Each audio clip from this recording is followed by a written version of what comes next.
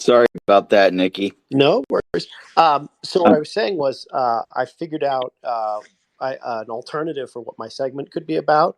Um, that I could do it with cats as a co-host, and we could talk about the schools putting cat litter, and the protections from cats, from children, cats.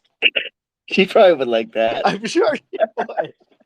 I think That'd be my other great. topic is better, but that would be a fun alternative. You could do that for fun. Just add that in, Yeah, we'll do that as the after hours. No, I like Yeah. the privacy one. I think is a really good choice, and people get well. So I think that's Definitely.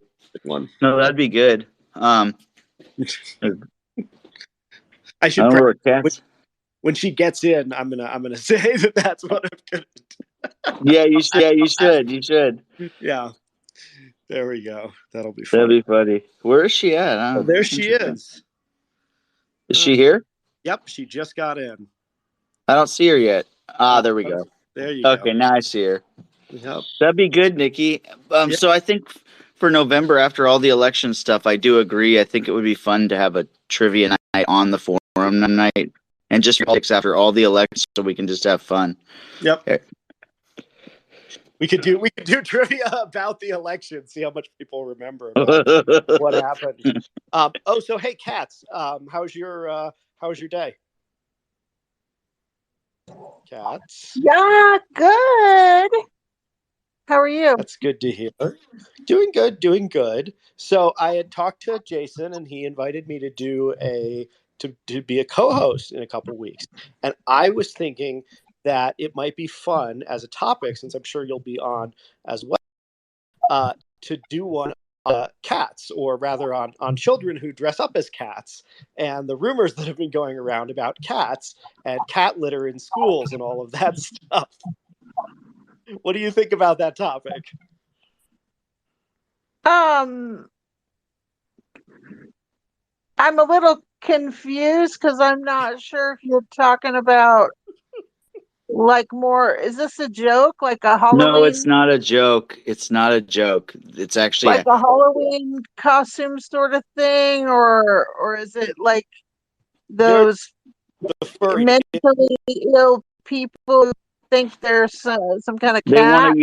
They want to use litter boxes in schools. No joke. It's not actually, like, there's no proof that it's actually happening, but like in my state, in Colorado, the GOP candidate for governor, Heidi Ganahl, has made she's made it like her one campaign issue right now of like proving that there's really like seriously in the schools. I swear to God, she is like going crazy about it, and she's like circulating pictures to the media of children that they're saying it's a whole fucking thing, and it's just like, this is what you want to talk about in October? You're down by like 10 points. And Colorado, of all places, we tend to be a pretty libertarian state. We tend to be a pretty live and let live. And it's like suddenly, kids having, wearing bunny ears to school is like the number one GOP issue. The really sad thing is that apparently there are a lot of classrooms that have cat litter in a big bucket in the classroom, hidden away. But the reason is not because it's there for furries. It's because in the event of a lockdown from an active shooter, where the kids have to stay in the classroom for like 4 hours, you need to have somewhere for the kids to go to the bathroom. And that's weird, though. A litter box. That's gross. That's literally what they have them for. Is like in the event of a lockdown, unintended, pooping in their pants or pooping on the floor, so they have a litter box, basically. But it's not for kids who want to. Not for the kids who are little. Because we all probably remember high school. We remember having friends who were a little silly, and maybe they wore bunny ears to school one day, or they put on a tail or something like that. High school kids are weird, you know. But no, it's an insane story. I just thought it was funny because, obviously you're cats, so it would be funny to have a conversation about this particular story with you. I think I'm going to do privacy instead, because I think there's a lot more meat there for people to talk about privacy issues. But yeah, I don't really see spending a lot of time talking about this dumb, mentally ill furry thing. So, ladies and gentlemen, I would like to welcome our third co-host, a good friend of mine, Garrison, to the room as well. Welcome, Garrison, and you have the microphone. Thanks, Jason. It didn't even take 5 minutes for Nikki to drop his first F-bomb. So just a quick check and warning there. And second, I like how you made my name sound very Roman, Garision. Yeah.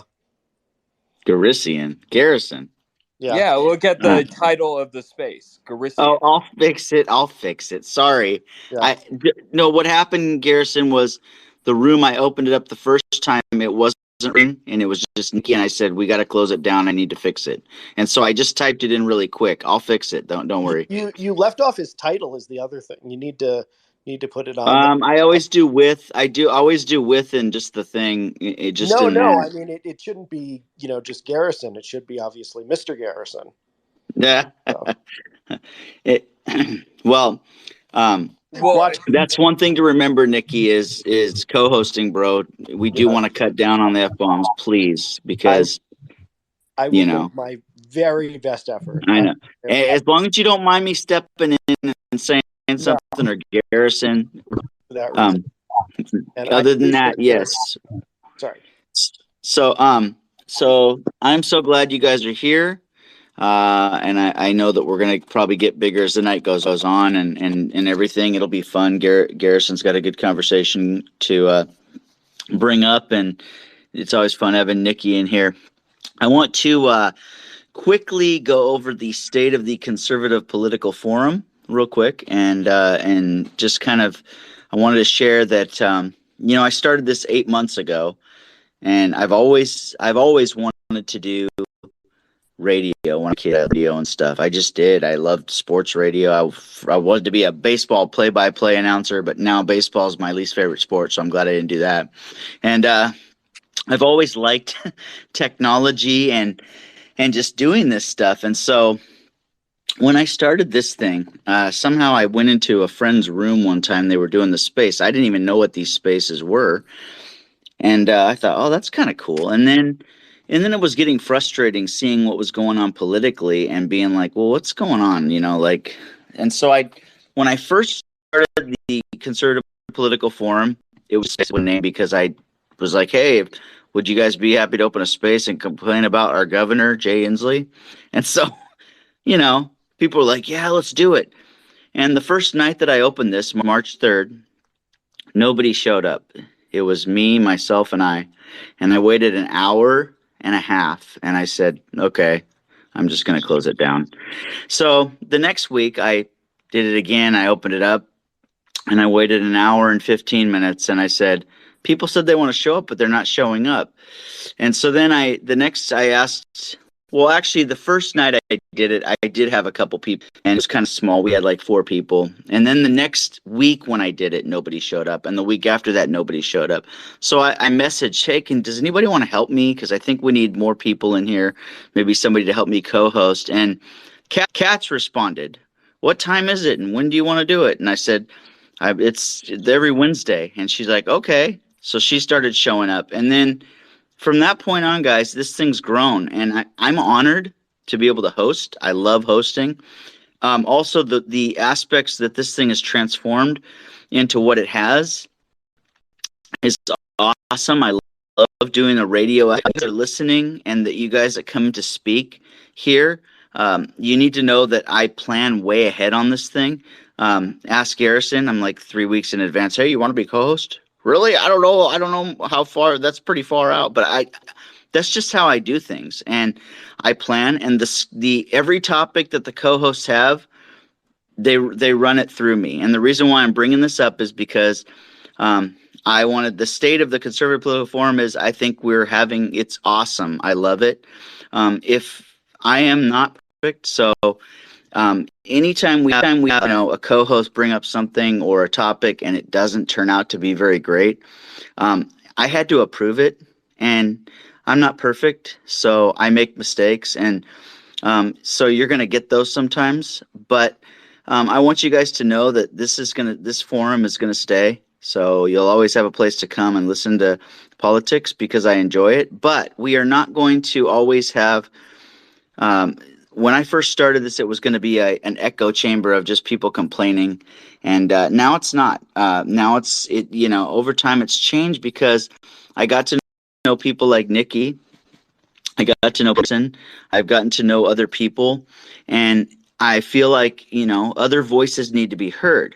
What is not going to change is my personality and who I am, and as a conservative. Um, as a conservative, and I am the ultimate say in this forum. So those that complain to cats realize that those complaints come to me, and I'm the one that decides if it's going to go on or not. And I don't like drama, so we will not have drama in this forum. The drama stops here. So I've been to other forums where people complain about people. I don't want that here. We are adults, or we should be. We should act like adults. And so, I'm not going to put up with drama because I think that drama is stupid and it causes things, and we just won't have that here. We want to get along. We all have life things we're going through. So my point being, and the reason why I opened with this conversation with you guys, is because I want you to know that I'm excited to keep this forum going. There will be days when I walk away from an episode and go, oh crap, that was a horrible forum. And I want you to know, last week somebody said something that pissed me off. My attitude was not perfect, and I don't handle things perfectly all the time. And I want to stay level-headed, but I am human, and I do get fiery. I'm a fiery guy. And so sometimes I can react without just, the understanding. So as far as the forum, it's going to go strong. I'm excited to be your host. Katz is here. She helps me out, but everything still goes through me. It's not because I'm a control freak, but it is because I want things to run a certain way. So no matter what, if you're like, well, how did that topic get on there? Well, it went through me, and maybe it was a failure topic that time. I'm sorry. We're just trying new things, because we want to always be ever changing and ever learning. But we are going to continue to be who we are, and the foundation of me as a human being in this room is I am a Christian, a man of God, and my conservative values come from my faith. So that's the start. The other thing is we're not religious in here, so I'm not expecting people to come in here and be like, let's pray, let's do this. I do pray before I come, but that's because that's my foundation. And if you need prayer, you can call it out and we will pray for you in here, because I do believe in that. But we are a political space, and it will not always go the way we want it to. And when it doesn't go the way that I feel it should go, I want you guys to know that the next couple days while I'm working, I'm stewing on what failed. It bothers me. I'm like, oh crap. And it bothers me for a couple days. And I'll text Katz and talk about it, or I'll complain to Garrison. I'll text Garrison, because Garrison's one of the people that helps keep me level-headed. And so I guys to know that the Stadium, the Conservative Political Forum, is, I believe we're going to get bigger and bigger, but I love having you guys here. Every single one of you coming here to listen to what we have going on. The programs, the segments, Katz and I have put that together. The third co-host, I always thought we were going to have a permanent third co-host. I'm glad we don't.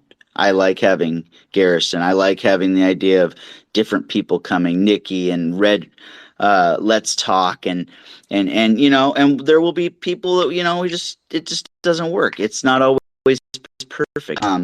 We're just going to keep growing, guys, and I'm just honored that you guys are here. So thank you. Katz, you have your hand up, and you may say what you need to say. I want to point out that I noticed when you click on the little heart icon at the bottom that there are new icons, which I think is really cool. But I'm going to risk sounding a little bit stupid, and I want to ask what a few of them mean. Like, would somebody tell me the one below the laughing That's Okay, clapping. okay. So what's the one to the right of that? That's a what? Isn't that a sign language sign, guys? Anybody know? Stop. The one below it? It might be. Yeah, it's got your thumb and your hand sticking out like you're doing something. I don't know exactly what that one is. And what's the one that's under the 100% thing? That's a waving. Oh, okay. Yeah. Like I I said, don't I know what didn't the closed fist is here, honestly, okay. but I know what every other one is, and I know what 100 means. You agree with somebody when you do the 100. Well, I like yeah. that. So Yeah, no, I'm glad to see these. I think this is great because I've kind of felt like what was available was lacking. yeah, no, it's good. So thank you, Cats. And so I thought I would bring that up tonight, that sometimes there will be times when, this is not a perfect forum and everything, obviously, but we're going to keep staying steady and remain the same and keep the foundation of what it is. And I work hard to, in my mind, think about what I can do to make it even better. We're on YouTube, we're on Rumble, and I'm working with a friend that's in this room right now that at some point will be in a podcast too. And I really appreciate that person we're gonna talk more about it and stuff. So I mean, we're gonna keep growing. So, and you guys are all here to have fun. And so with that being said, I wanted to bring up some things that we're gonna do coming up, just because I like to give the schedule of stuff early. This month we got our special guy who ran for campaigns coming in the 16th of October. And this person has not won, but she has run for campaigns. So she's going to come and talk about that, since we're getting close to election time. She's going to be our special guest. Did I say the 16th of October? Whatever the third week of October is, that person's coming. And then on the fourth week of October, we have Traz and Let's Talk. We're gonna go over campaign stuff that's coming up. And on November 2nd, Nikki co-host, and we're gonna talk about a lot of stuff too. Since we're so close to the election, it's gonna be interesting. We're gonna have an extra forum for the election night. So on election night, if you don't have a home or a place to go, please come here and hang out with Katz and I. And Garrison will be here. Garrison is going to be one of the co-hosts. I'm looking for a Democrat that will stick around. So it'll be Garrison will be the Republican. We'll have a Democratic co-host on that night. And the very next night, we are going to have cable education that night. So she'll be the prime person for that night. And then we just agreed and came to an agreement that on the 16th of November, I keep saying the 16th, the third week of November. Let me look at my calendar here, because I don't like to mess up schedule stuff. In the third week of November, which is the 16th. So, okay, the 19th of October, the 16th of November. There we go. That's what I was confusing. In the third week of November, we are going to skip the political night and have a trivia night for the forum. So we do on the weekends once a month, we do a late night garage trivia night. We just did one double. It was so much fun. We're going to keep it going, but we're going to do that to get away from politics, because the next month is going to be heavy politically. We're going to have fun with Katz and Nikki and their trivia questions, and it will be a lot of fun. And we would love you all to come and join and have fun and listen in and joke around, and people that are listening make comments in the comment thing. We just want to have fun. So that is our schedule of things we're going to do over the next month or two, and we're just going to keep having fun. And so I just wanted to give you the state of the conservative political forum, which and just kind of keep you guys up to date on what's happening and what we're thinking. And we're just going to keep going. There will be new things that happen all the time and new ideas, but that's where the state of the forum is. Garrison, what do you think of the state of the forum?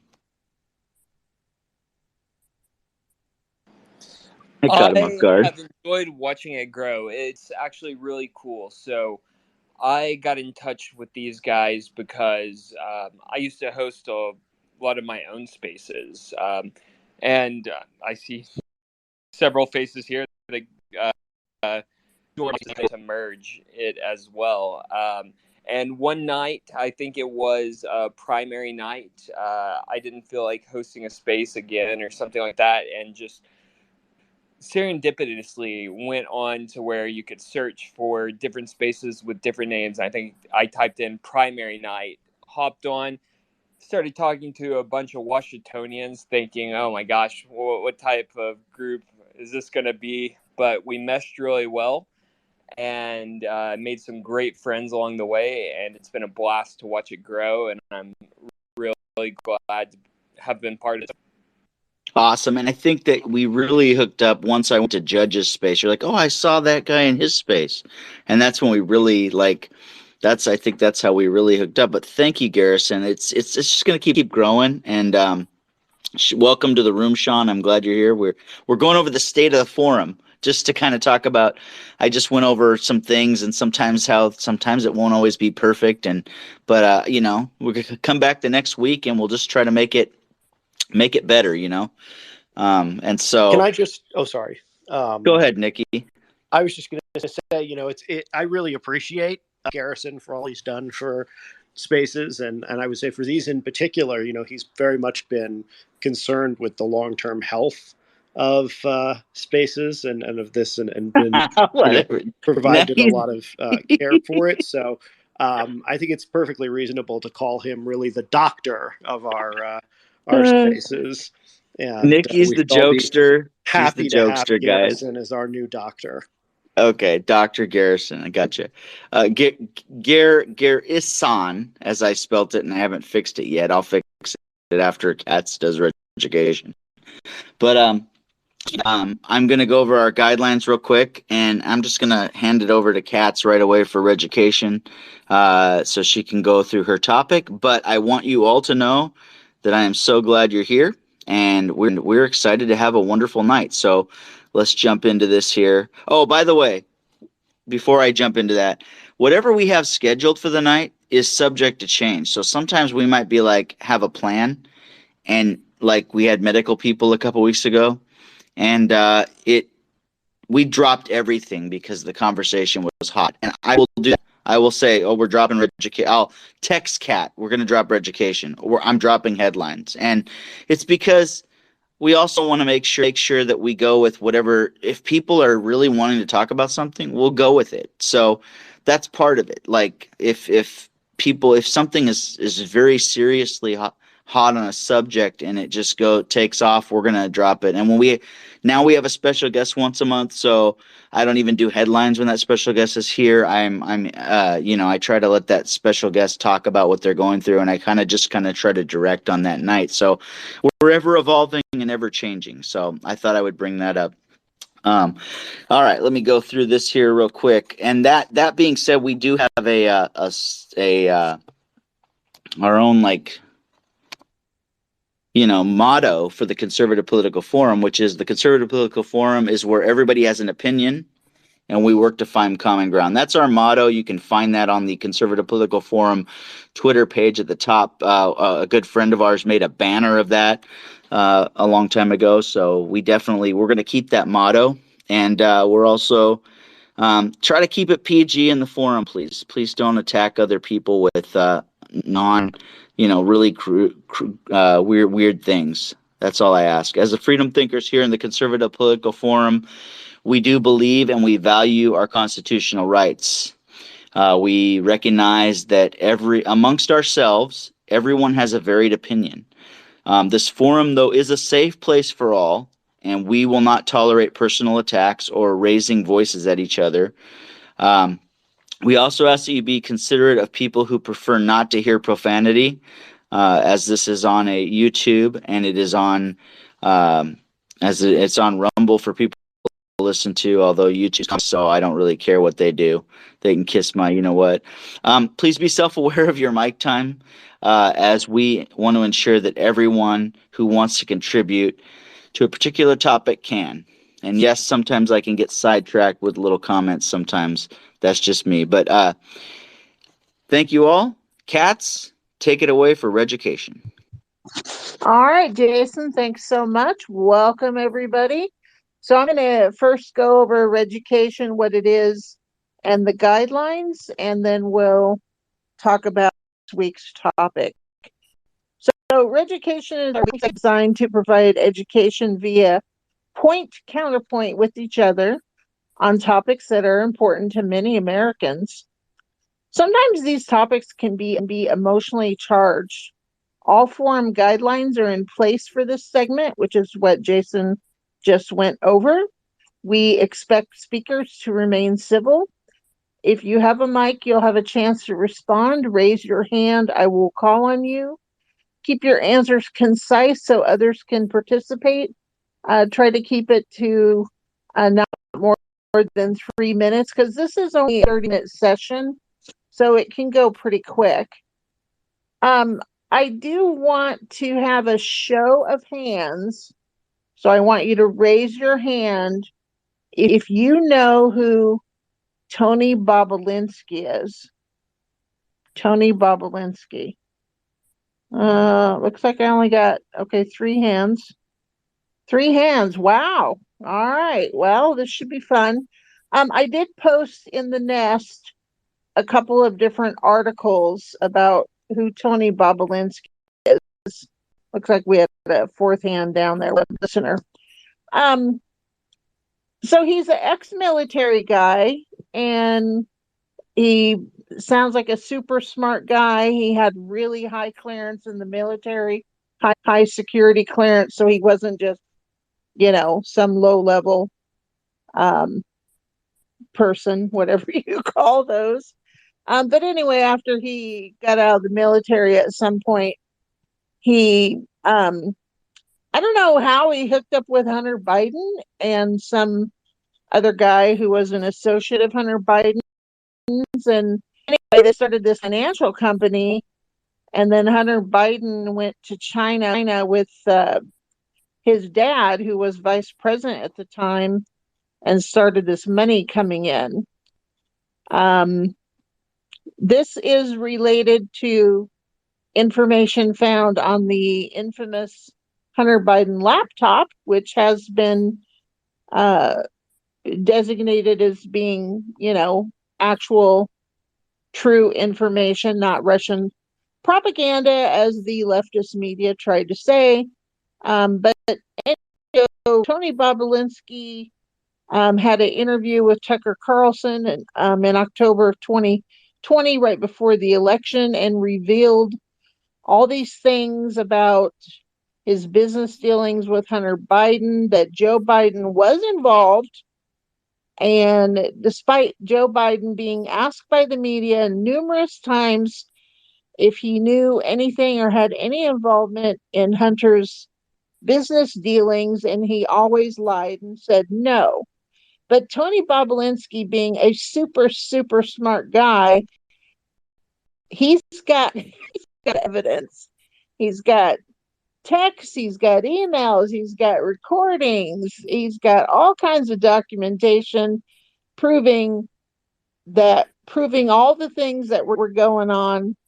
He voluntarily went to the FBI and had like a 5-hour interview with them, shared all his information. He said there were many times that the FBI agents even seemed shocked, but kind of tried to recover from their shock quickly. And several times they even left the room and talked to each other and then back. Told him when it was all said and done that they definitely wanted to do additional interviews, meetings with him, and which he was glad to do. He never heard from them again. Again, that was right before the election. So you've got a lot of things going on here. You've got what some people say are national security risk. You've got illegal activities, money laundering sort of stuff. And Hunter Biden actually tried to save Bobulinski because what he and probably his uncle Jim Biden did, they took the document that was the document showing the startup of the business, the legal document. And they actually copied it word for word. They copied like the whole thing, dates, stamps, whatever. And all they did was change the name on it to a different business that was in Hunter's name. So when that money from China started coming in, it went to that business. They're federal offenses. And of course, as we know, Hunter Biden and Joe Biden and Jim Biden and anyone else involved have never been held responsible. The FBI also is complicit in purposely interfering with the election by keeping this hidden. Remember, they also kept the laptop hidden. So it's kind of just a discussion in general of the whole Bobolinsky case. If you want to throw in some laptop stuff, is it a security issue? What the heck's going on with the dang FBI? You know, what can we do about this? Because when you really read a lot about this, you're just like, holy crap, this Biden family has got to be one of the most, oh, what word do I want? Corrupt political families of all times. I think they make Richard Nixon look like Mary Poppins. So anyone who knows about this or any related issues, we want to hear from you. Wow. Somebody's got something to say. Jeannie. I think there's a lot of problems at the FBI from, what I have heard starting from and before Jim Comey. And I don't think we'll ever get the truth out from the FBI because of the political environment right now. And when Republicans hopefully take over at some point in the future, I'm hoping that will change, and they'll change the environment at the FBI to, even if they have to fire half their staff. Thank you, Jeannie. Yeah, I'm sure there's still a lot of good FBI agents. They're not all, they're not all bad, but there's quite a few of them that are not good. And Christopher Wray probably needs to get the boot and bad. And I don't know if you guys heard about this recent thing. Maybe you've heard this one where the FBI went to the home of this Catholic man who prayed in front of abortion clinics and often took his 12-year-old son. If you're familiar with that story, raise your hand real quick. No? Wow. So the FBI agent showed up at the home of this man who had 7 children, and there were 20 to 30 of them with their big old guns and armored selves, as if this guy was like a notorious criminal. Came there to arrest him for violating a federal law called, I think it was the FACE something or other. It had something to do with preventing someone from accessing an abortion clinic. But see, he never did that, because what had happened was there was a man who was an escort, who escorted their abortions, and he was harassing the 12-year-old son bad. I mean, really, really bad. So bad that this man pushed him and this guy happened to fall over. So the guy pressed charges and they went to court, but the guy didn't even show up at court and it got dismissed. And so 2 years later, here's the FBI banging on his door with their guns, and here's all the little kids on the stairs watching daddy get arrested for something that got dismissed from the court. the whole thing and their behaviors, everything they're doing is just absolutely nuts. Somebody's got something to say on this.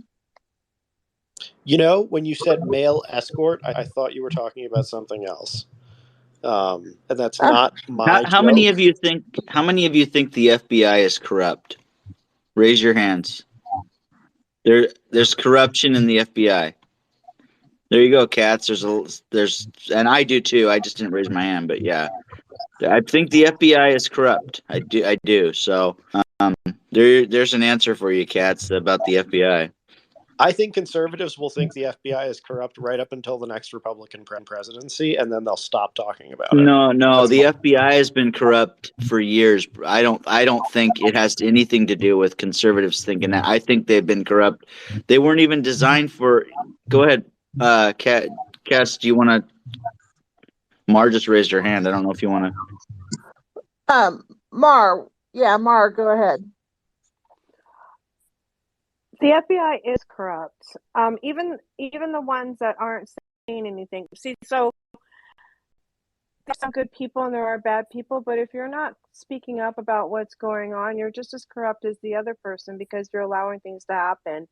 And regarding the laptop and all that, I didn't find out about the laptop until the impeachment trial when I was watching it, and how corrupt a lot of those politicians that are serving right now and their children are involved in Burisma, and then all the crazy stuff that I had no idea what was going on, including the real quid pro quo and how things are just different from one person to another person to get the heat off of that person. Well, Biden specifically. So I've always known.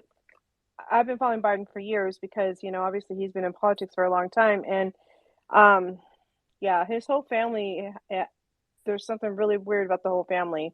But regarding his son, his actions and the things that he is doing and the connections that his father has, I don't understand how anything's not being done about it because it's criminal. It's absolutely criminal and it's not right. Absolutely. And I mean, there's so many things that he should have been charged for, and really Joe Biden too. They've got the proof between Tony Bobulinski's stuff, what's on the laptop. They've got the darn proof, but yet they don't do a darn thing about it. Sean, what do you have to add? I was going to say that maybe one of the reasons the FBI is so corrupt is, I don't know, it just seems, I guess to give an example, I've had a very limited experience with interaction with the FBI, probably about 3 separate interactions with personally having FBI agents come and talk to me. The first one was when I ran a Discord server, a mental health themed Discord server, and I had reported someone to the FBI for saying he was going to shoot up a school, which, was the responsible thing to do in that situation, I'm pretty sure. And they came and tried to force me to shut the Discord server down, and I told them to kick sand, and that was like a whole thing. And then another one when I ate at a restaurant in DC on a certain date in January, and they came at me with the receipt asking why I was in DC. And again, I told them to kick sand. But, constantly coming and trying to force me to do things that aren't illegal or talking about things that are ridiculous. Wow. It's a shame they're transgressing against you so much. Get the hell out of here. Somebody that doesn't seem to have a name, but looks like they're represented by a clock, maybe. Go ahead, please. Sorry, I thought my name was up there. I apologize. I was going to say, to John's point is, the other thing that's really interesting is that, like, what people seem to forget is that the FBI isn't just going after people on the right. Like, there have been even black nationalists who are very, like, leftist by most standards, who are open, like, gun advocates and believe in the black nationalist movement, that have openly talked about how they've been harassed by the federal government. So, I am of the opinion, and of course this is going to be an opinion that most people don't like. I don't think it's within the federal parameters to have a national, basically police force, because when you have something that massive, that long, with that much power, it inevitably becomes corrupt. And I just like the FBI. Clearly, the FBI is screwing with his connection.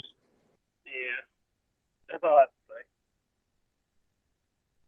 Yeah, I have a hard time hearing you. I'm really sorry, but appreciate you joining us and speaking. Hey, Nikki, Garrison, I know that you don't always agree with some of these conversations, but please be respectful because people have their opinions about stuff just like you have an opinion, bro. I'm just asking. Oh, I was just commenting because I couldn't understand. I couldn't hear what he was saying. Yeah, I couldn't Other hear him people, either, but I yeah. thought you were trying to be like a punk. No, I just literally couldn't hear him, and I thought it was a funny and polite way to highlight that fact for other people as well. Okay, I got you. So I don't know when you're joking and when you're not sometimes. I'm always joking, like always. If I'm not joking, it's like incredibly rare. I'm always joking. He has been tormenting me through jokes for probably about the past 3 weeks now. Okay. Go ahead, Kat. all right then. Garrison, do you have any thoughts on this?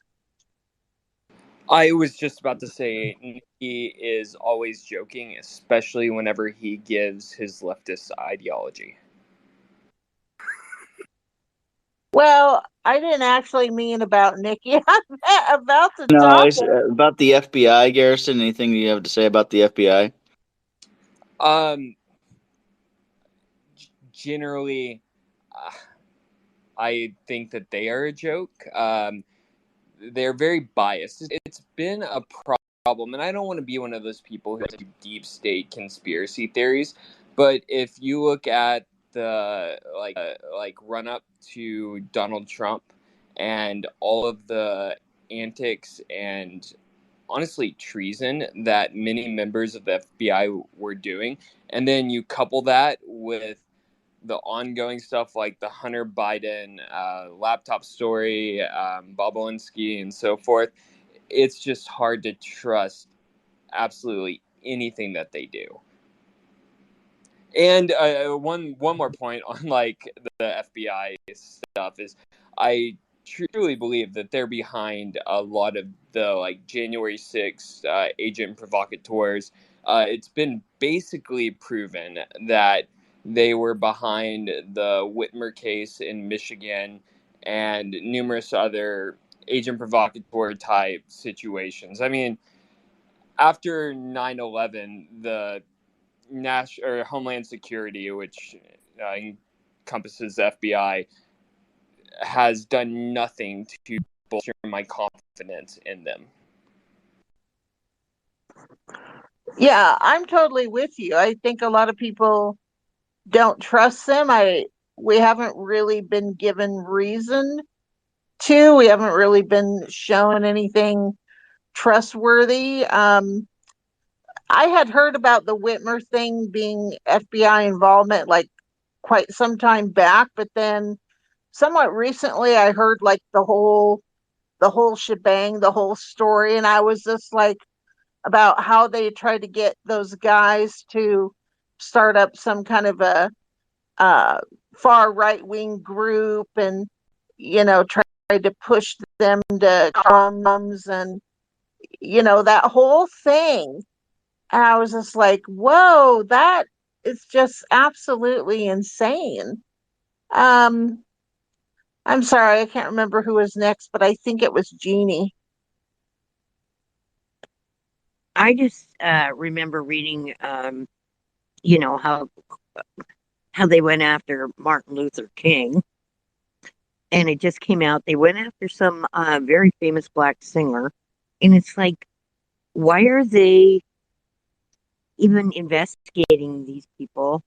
Uh, because they want to find something, or they knew something. I don't. I, I'm of the opinion that if they don't like what's going on, they investigate people based on trying to find something versus uh, actually having something on somebody. Well, yeah, I mean, you're absolutely right. It's like that guy that, prayed outside the abortion clinics. His case had been dismissed by a judge, and he didn't break the law, this face law, because he didn't do anything to restrict the escort from taking someone into the abortion clinic. The escort had followed him and his son as they were trying to walk away, harassing them. So he didn't break that law, but now they're threatening him with like 11 years in prison, and I don't know if it was $30,000 fine or $130,000. I mean, just absolutely insane crap. Uh, Mar, what do you have? And how they'll conceal evidence. For instance, the laptop for a couple years, they're like it was propaganda. It was fake news that laptop even exists, and now all of a sudden it's coming out that it's actually a reality, which a lot of us already knew. They conceal evidence like that, but they go and investigate. They go and investigate a certain group of people, while another group of people is getting away. For instance, they scream for years about Russia, Russia, Russia with Trump, but yet they ignore emails and things of that nature and let that go to the wayside. But they want to go after another group and totally go out full guns blazing for just saying something. Like it doesn't make sense to me. And it's like, if you're going to go after people, go after both sides, go after the crime, regardless of who they are, instead of just like, tucking one away and then going after another group. It's not right. No, it's definitely not. It's disgusting. Nikki, you're up. Well, it's always a privilege to get to speak in these spaces. So I think that obviously the FBI is made up of people, and when all the the Russia stuff was going on, and January 6th stuff especially was going on, the FBI was headed by Donald Trump. The agents there are majority Republicans. They're law enforcement agents. They're in many cases some of our most decorated law enforcement agents.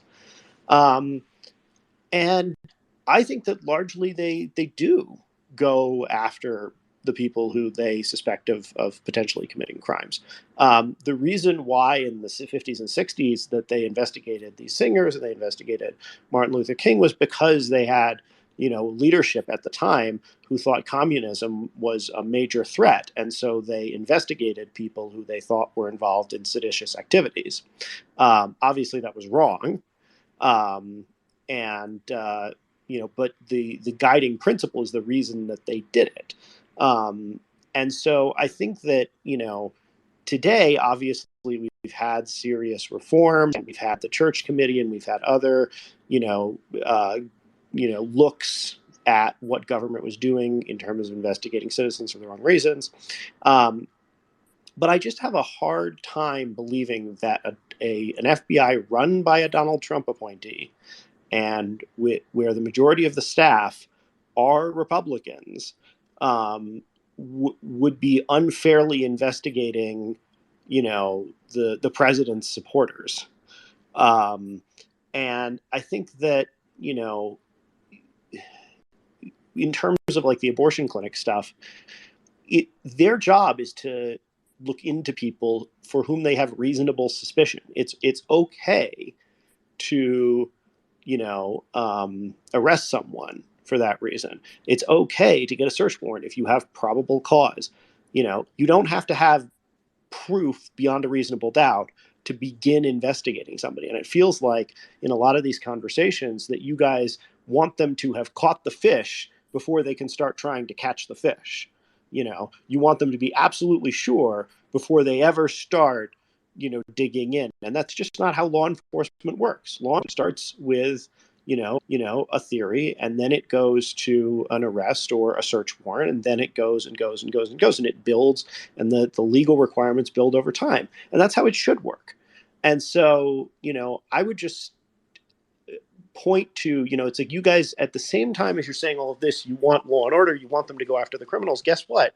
They are going after the criminals. And sometimes the criminals are going to be people that you like, and they will have done something wrong. And sometimes Nikki, they don't. And they just wrap get it caught up, up in okay? it. Thank What'd you say? you. Can you wrap it up so we can Yes. move on? I appreciate that. Absolutely. Not like I'm the one who talks the most, but yeah. Um, I just think at the end of the day that it's easy to, believe that, an agency like that is being, corrupt and is going too far, is this, that, and the other thing, except when it's going after people you don't like, except when it's trying to enforce the law in the ways you want it to. And in that case, it's just being judicious. That's all. Well, and I appreciate your different viewpoint, but it's kind of like you think about they have been in possession of the Hunter Biden laptop since November of 2019, and there's incriminating evidence on that. They have, had the Tony Bobolinsky info for 2 years. Hunter Biden broke a federal firearm law. And I don't remember when that happened, but it's been a long time. But yet nothing happens. Let's see. Costco. Welcome to the Conservative Political Forum. What do you have to say? Okay, no, it's Dylan. I did a name change for reasons that are rather unimportant to today's topics.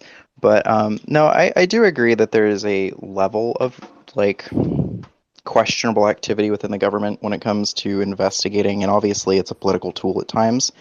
I don't think the FBI is entirely to its roots entirely biased towards one group or another.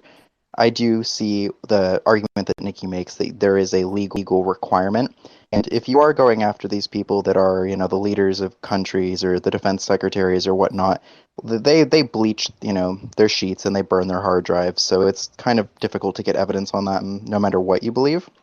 So in that respect, it is hard to get the incriminating evidence if they even did anything. And then again, it comes down to proving it. Now, for some of the stuff that they've had, the FBI has been caught, both the Whitmer plot of, essentially trying to instigate the kidnapping of a governor. They've had issues with their agents getting involved in child pornography. They've had issues with their agents trafficking drugs, which, other law enforcement have the same issue. They're human beings. They're going to make mistakes. Some mistakes rather more egregious than others.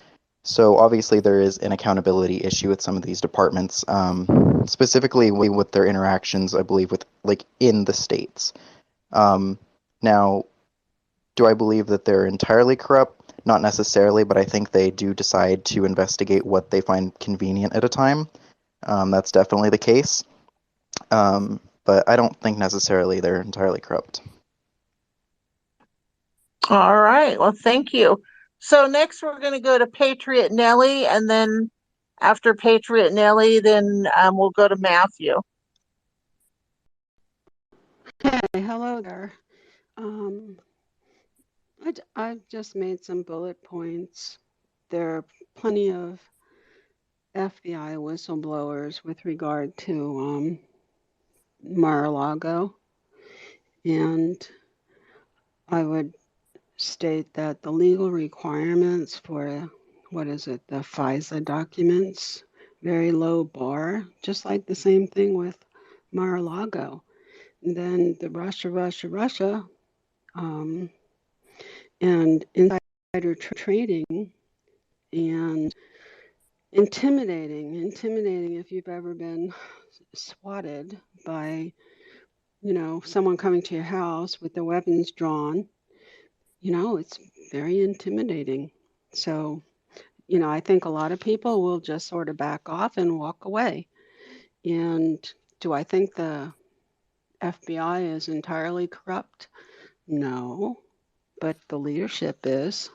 And January 6th, the same thing. So many people that I've known were glued to the television set.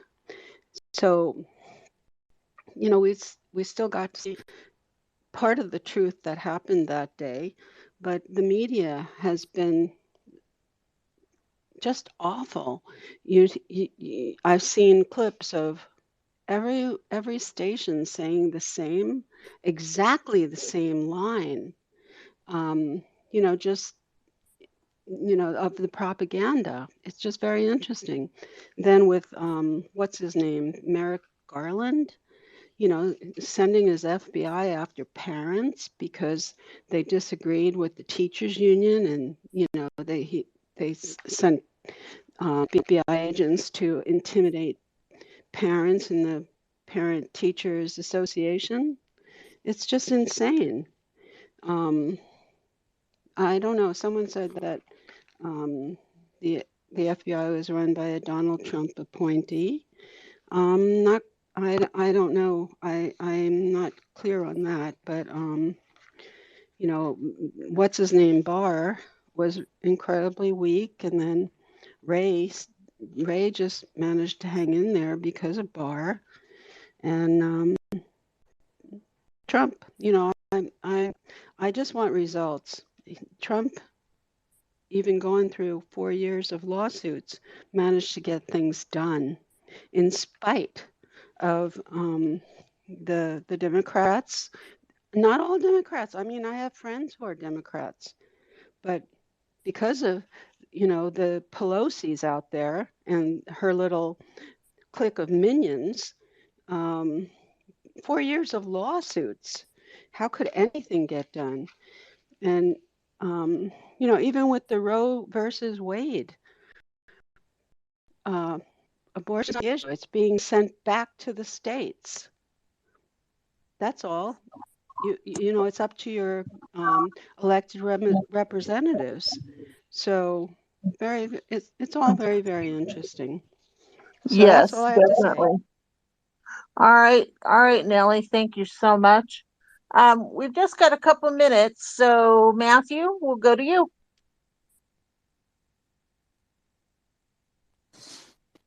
Thanks. Good to be back. I think there's a big difference between rank and file agents and the people that sit on the floor of the FBI building. And, this isn't anything new. You can go back to post 9/11, and they were inserting themselves to entrap young Muslim guys that really just were kind of out there on the internet, maybe having conversations or whatnot, and inserting themselves in to rile them up and maybe get kind of similar to the Michigan issue that's been discussed. And same type of thing, trying to entrap them into something where they had no desire to do anything, and they're kind of noodling them along and leading the way. And the specific case I can't think of off the top of my head, but I know it occurred.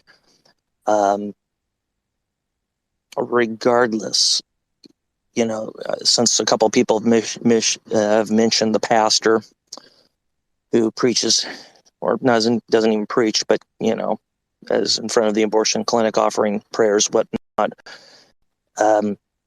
He was aware to bring him in, and him and his attorney reached out to say, I will come in, and they ignored that, and instead they show up at his house with his wife and his children, 30 agents.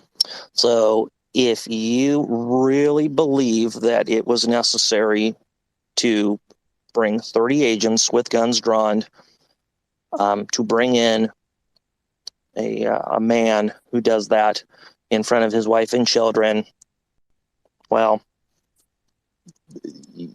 that's trying to send a message. There's higher ups that are insisting on that. It's reprehensible. That goes beyond law enforcement. That's not law enforcement at all. That is very motivated to intimidate. There was no need to bring in 30 agents with guns drawn to a man's house in front of his wife and children, a man who has no criminal history, by the way. I'll leave it at that. Yeah, I was really saddened by that. So we're really out of time, but we've got a few more hands. So the folks with their hands up now, Jeannie, Sean, and somebody new without a Ben. name I can read. Ben. Go ahead. It was Ben, Jeannie, Sean, and Ben. So, but Sean, you get to speak, bro. You had your hand up, so we're gonna let you go through it. Oh, I'm okay. I can wait until the next topic. So is the person with kind of a foreign looking name, is Ben. that Hi, Ben? it's sorry. Oh, how are you? okay. I didn't know. All right, Yeah, go ahead. I'm originally from Israel. Yeah, no, listen, I agree with a lot of what was said here. You know, I'm not a Republican and I'm not a Democrat. I'm smack dab in the center. But you know, I just want to. I understand. You know, look, the Hunter Biden laptop thing. It looks very, very bad and it looks incriminating. But I think it does need to be said. So, that was discovered in 2019. Um, you know, Trump was in the White House. He had the full, and especially with Trump, he did have the full disposal of the FBI at his fingertips and so forth. So the issue with the laptop, for me anyways, is this. So the computer repairman, Mr. McIsaac, his exact words were someone claiming to be Hunter Biden. He never said or swore a statement said that it was Hunter Biden. He said it was a man claiming to be Biden. So the problem is, at least within the laptop itself, and I agree, listen, there's corrupt actors in every organization on both sides of the aisle. The problem the reason why I don't think you have seen or you will see charges relating to anything with that laptop is because the chain of custody. It's not there. And the Washington Post, even the New York Post, they basically said that while they're experts and so forth, and the intelligence agencies themselves said, while we believe some or all of the material to be authentic, it's not verifiable. So I think that's why you're seeing maybe a lack of action on the Hunter Biden laptop. Like, listen, there's absolutely questions that need to be answered regarding some of his dealings in Ukraine. The firearm issue is absolutely something that needs to be addressed and looked into.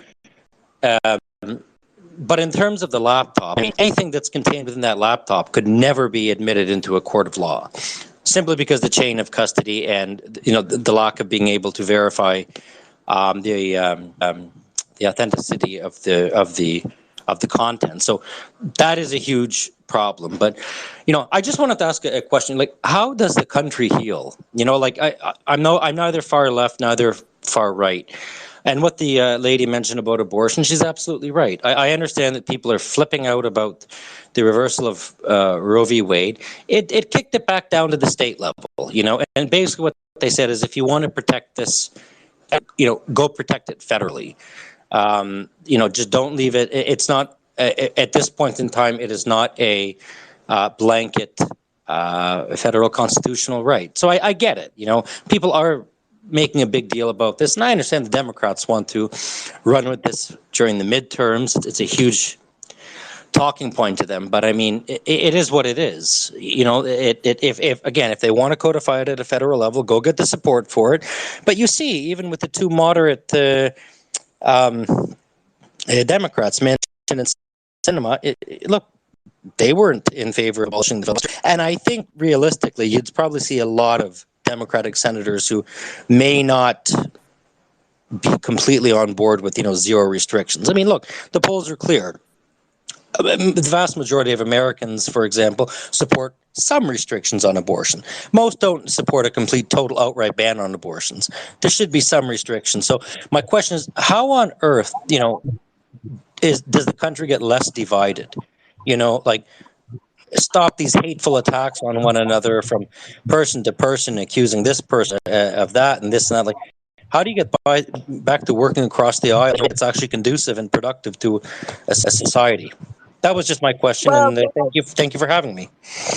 oh, you bet, Ben. Well, thank you for your thoughts. And that's a great question. My segment was supposed to be over at 9.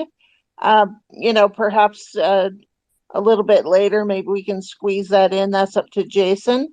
Jeannie, go ahead if you've got something fairly quick. That'd be awesome. I was just going to say that the person that hacked the what was that? The credit card company. Oh, Credit One Credit. Do you know what I'm talking about? She got sentenced this week, and the judge, because the woman was transgender, said it wasn't fair to put her in prison, so she got a 5-year probationary period.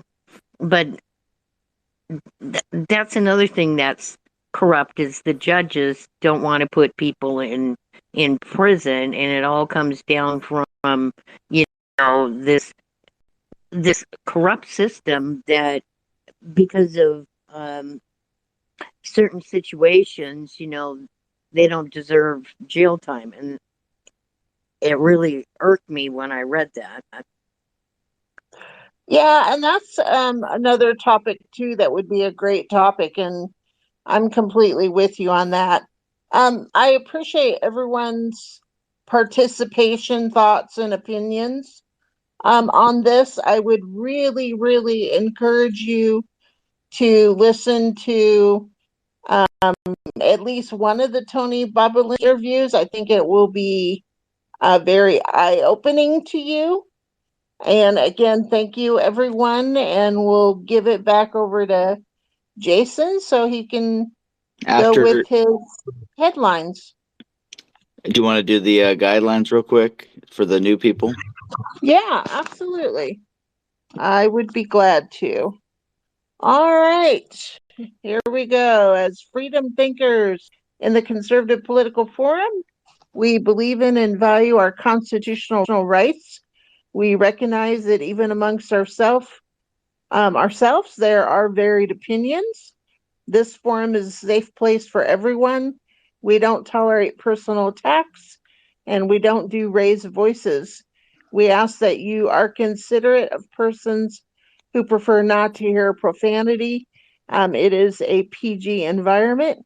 Please be self-aware of your mic time. We want to make sure everyone who wants to contribute to a particular topic is able to. Thank you. Hey, good buddy Herc down there. Welcome to the room, Herc. Good to see you, my friend. So let's go here. Garrison, I'm going to go over headlines, and I'm going to need you to watch hands, okay? Once I do, and we'll just jump into whatever topic gets people's attention, okay, Garrison? You okay with that, bro? Yep. All right. So first I'm going to read a scripture. I've been going through Psalms. I just been going through the whole thing of Psalms. I thought it would be good to just kind of go through it. We're all going through a lot of stuff in our life, and certain people in here I know are dealing with some major things. Mar, God is with you. I know you're going through it, but He's the one that's going to help you through it. Okay. So Psalms 91. I've been reading Psalms 91 to you guys, just kind of going through it. We're at verse 9 and 10 tonight. It's Psalms 91, 9 and 10. It says, if you say the Lord is my refuge, and make him your most high dwelling, no harm will overtake you, and no disaster will come near your tent.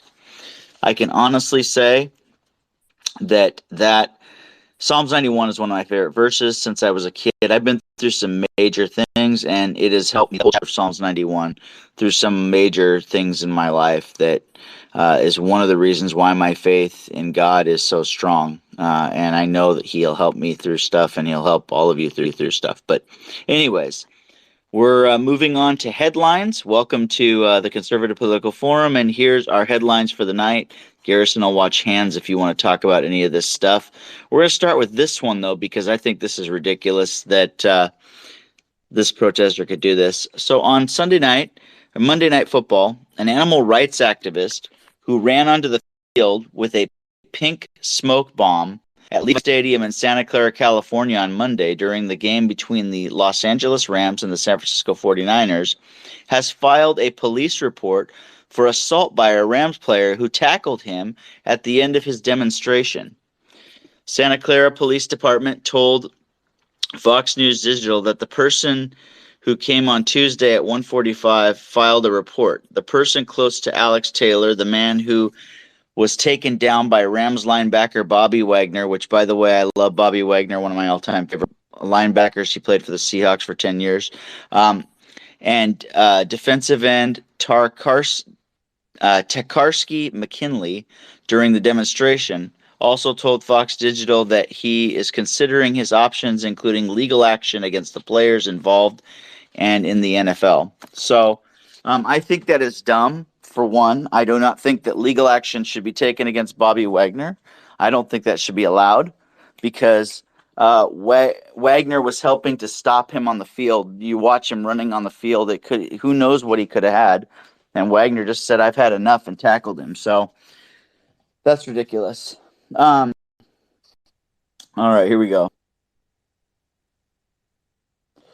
So Jimmy Patronis, the Florida chief financial officer, told Newsmax that President Joe Biden and Governor Ron DeSantis have put their politics aside as they seek repair from Hurricane Ian's devastation. That has been a great collaborative effort, Patronis said on Wednesday. On the record with Greta Van Susteren. Politics aside, people are getting the relief they needed, but the mission has just begun and we have a lot of work to do. So I'm glad that they're putting their politics aside for that, because I really this needs, people's lives are at stake. I know some people in this room that are from Florida, and I know that they've seen it firsthand. Former Israel Prime Minister Benjamin Netanyahu was hospitalized Wednesday after feeling unwell during the Jewish fasting day. Israel public broadcaster Khan said Netanyahu, 72, was taken to a Jerusalem hospital after feeling chest pains while attending a synagogue services. Local media quote hospital as saying he underwent a series of tests that came out normal, but will be kept under observation overnight. In a statement on social media, Netanyahu said, "I feel better, and I want to thank everyone for their support and love." All right, here's one that for you guys. So Joe Biden goes back to his Delaware home very often, and a Secret Service has claimed that no records exist of Biden's Delaware visitors, a report says.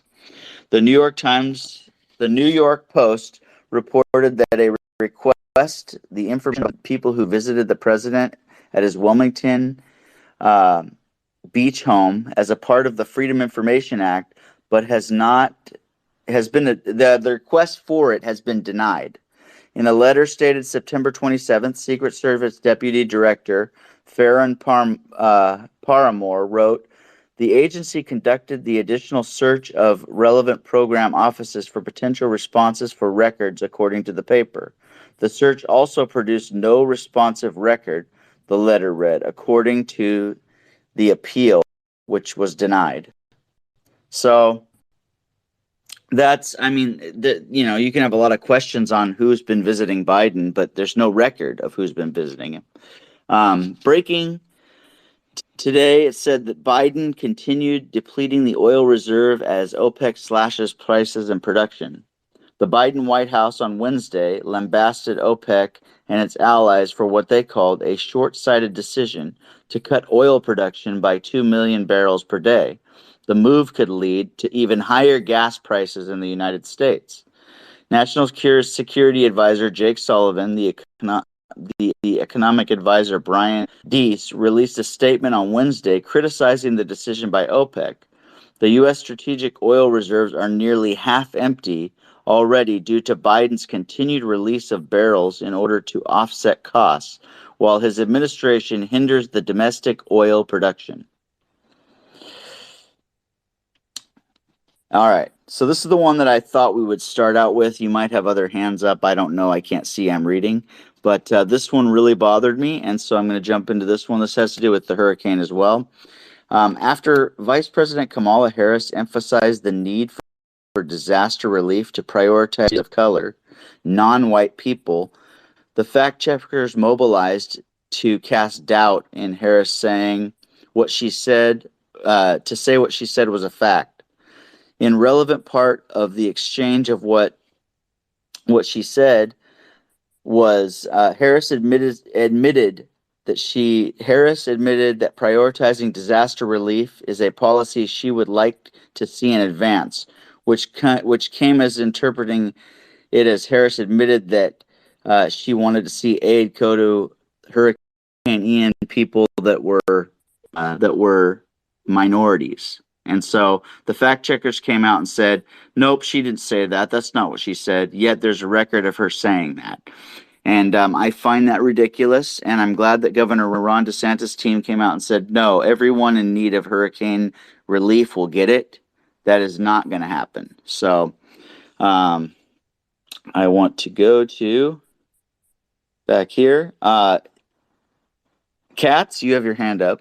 It looks like you just put it up. I did.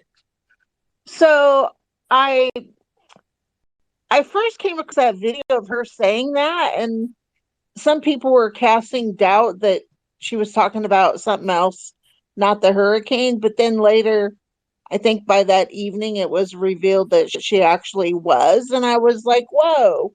And then, please correct me if I'm wrong, but it seems like by the next day, FEMA had come out and said, no, that's not how we do things. And of course, also about the same time, DeSantis had spoken up and basically said the same thing. And I think I want to say that he also said that in the areas that were hard hit, primarily were white people anyway. There wasn't that many minorities in that area, which it doesn't really matter because it is all about helping everyone who has a need, who has the greatest need, maybe based on how much damage or whatever they base it on.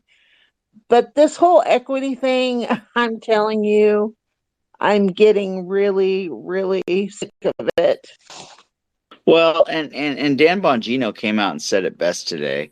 He said that he said because Joe Biden went to Puerto Rico first, right? And he was like, "Yeah, I live basically was raised by Puerto Ricans in Delaware." I mean, I'm stupid stuff. And he was talking about how he's got 20% of people in Delaware are black, and they're prioritizing everything in race and color, and it's getting old. The Democrats have to come out and prioritize everything by that. Basically, and I think it's ridiculous too, Cats. It's really bugging me. Mar? Well, to be in her position should never say anything that awful because that hurricane devastated a lot of people, regardless of their race, color, or who they are. It devastated a lot of property, homes, and people. And whether she meant it or not, it really doesn't matter. She should have never said it because people are in great need down there right now, and that should be the concern: is getting the people help that they need, where they need it at, instead of making it. Well, everything doesn't have to be a political statement about race or whatever. Sometimes it's just about helping people. Definitely. That's like, going into a hospital and saying, well, you got two people that are dying and you can help them both, but you're like looking for another person that's of color to help work on them too, instead of just taking care of both of the people. It's that same ridiculous kind of connotation or kind of the way you come out saying that sounds really stupid when you say it. And she is not very smart when she talks anyways, but that's dumb to say. And I am getting sick of hearing that. We live in an area, Mar, where they talk about equity and inclusion all the time, and I'm getting sick of it. I really am, and I can see why Kat's getting irritated with it. It's very annoying. So, Nikki. So, while you guys were talking about that, I went and looked up the actual transcript. I obviously couldn't watch the video because I'm on this with you. I went and looked up the transcript of the comments at issue and read all of them. And to put a very specific point on it, she didn't say that. like straight out. I can read the transcript to you guys on it right now. She was talking about, first off, she addressed the hurricane and she said we need to get aid where it is needed most.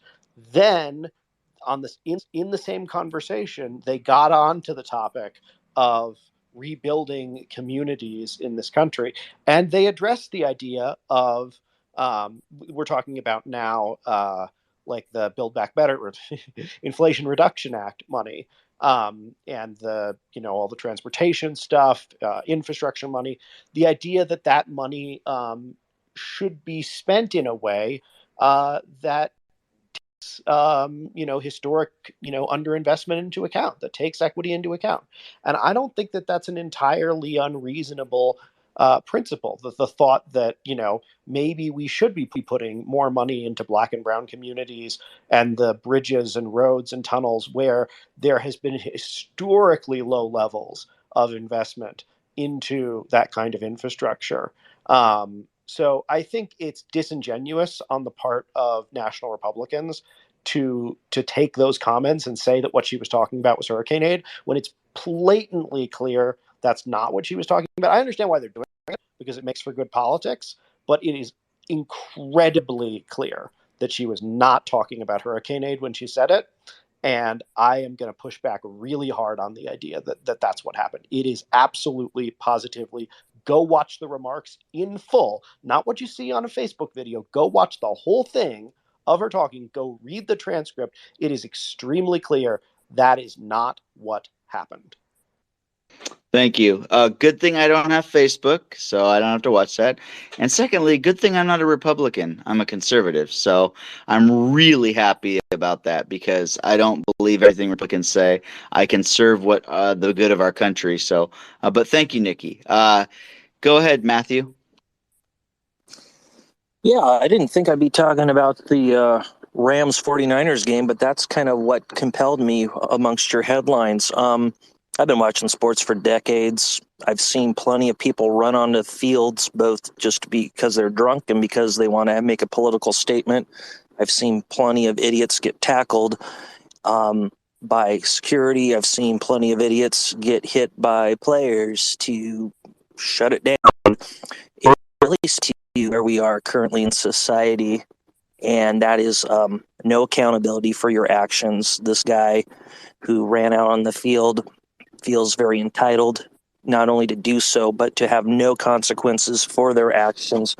And it really, the fact that he would sue, it just really, when you run onto the field of an NFL game that if the security doesn't get you first, the players are going to get you.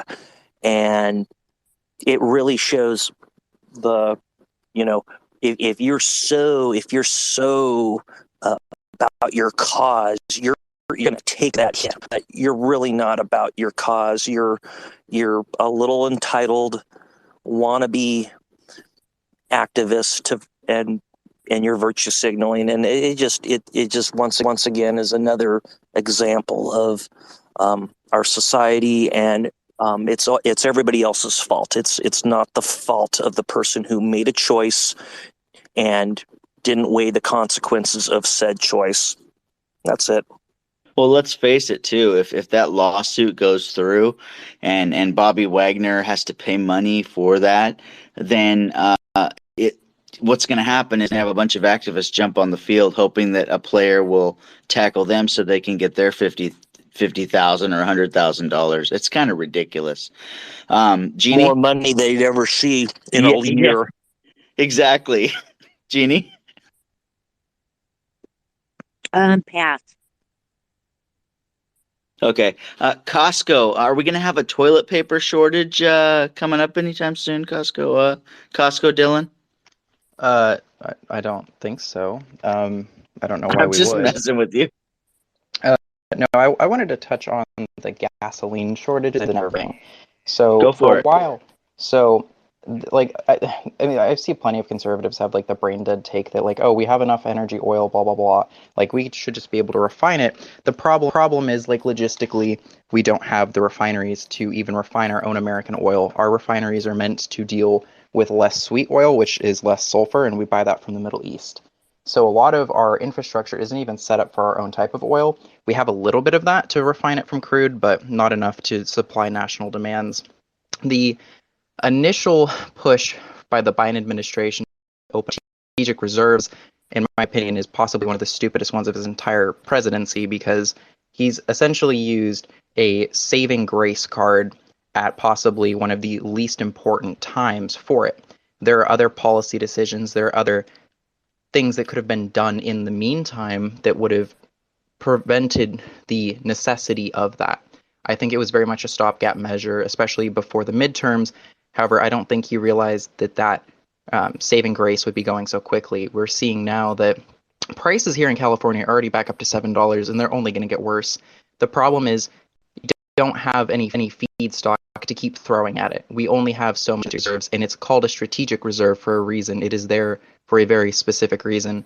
And if we're just going to blow through it for the sake of, political means of, hey, well, they won't vote Republican because gas prices are low, which, I mean, I've seen a lot of people who would pretty much like that is their deciding issue. Like, they can't feed their family, they can't do anything because when gas is $7, like, that's ridiculous. I mean, I was talking to Garrison about that yesterday. It's like, it's just insane. Like, gas has gone up, especially here, almost 70% from the final year of the Trump administration. I mean, yeah, you can blame that. It was like COVID, there wasn't supply. There's plenty of, but specifically draining the reserve is not only dangerous for national security, but also a false sense of security to the American people, because there's nothing being done in the long term to secure the logistics for it. We aren't changing our refineries over to being able to process our own oil, because it's too expensive. There's too many EPA laws. There's too many things that are just in the way. And the second reason is there's no reason to. These companies aren't going to start switching over because the administration is telling them not to. They're shutting down refineries. They're canceling permits. And now, again, I can see the argument, and I already know the answer. There are a lot of unused oil permits. So just stopping permits from being produced or given out by the federal government doesn't necessarily mean that oil is just going to stop. They have years worth of permits to go through. It's not like they'll suddenly be dying tomorrow. The thing with that, though, is that it does prevent them, de-incentivize those companies to use their current permits, and essentially there's a limited supply that they have, so that they're going to charge higher for what they have because there's nothing else coming, so they're going to pretty much milk it for all that it's worth. And that's really seriously a problem. I understand the push for green energy and whatnot, but considering that the most potent green energy isn't even being considered here, and that being nuclear, with the Department of Energy, specifically for nuclear, not approving a single reactor or site since 1975, ironically the year of its inception, there's nothing being done that would even come close to meeting our energy demands and needs. So it is essentially shooting ourselves in the foot, and I don't know how these people who run our country don't see that. There is obviously going to be some kind of issue very shortly with the lack of energy, and that is something that's only going to be exacerbated because we no longer have a fallback that was used for political reasons, in my opinion, to be able to say that, hey, look, I lowered energy prices, but the problem is that was a false promise, and it's a very short-lived one.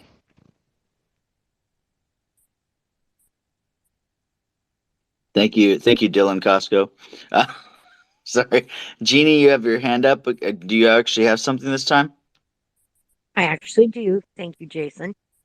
I think that when people talk about equity, equity should be for poor people, and the color of their skin should have no bearing on it whatsoever. There's a poor community, no matter what color it is, they should be helped, and I totally believe in that. But anytime you bring up that you can only help, people of color, or however else they say it for equity, I just find it's just total nonsense.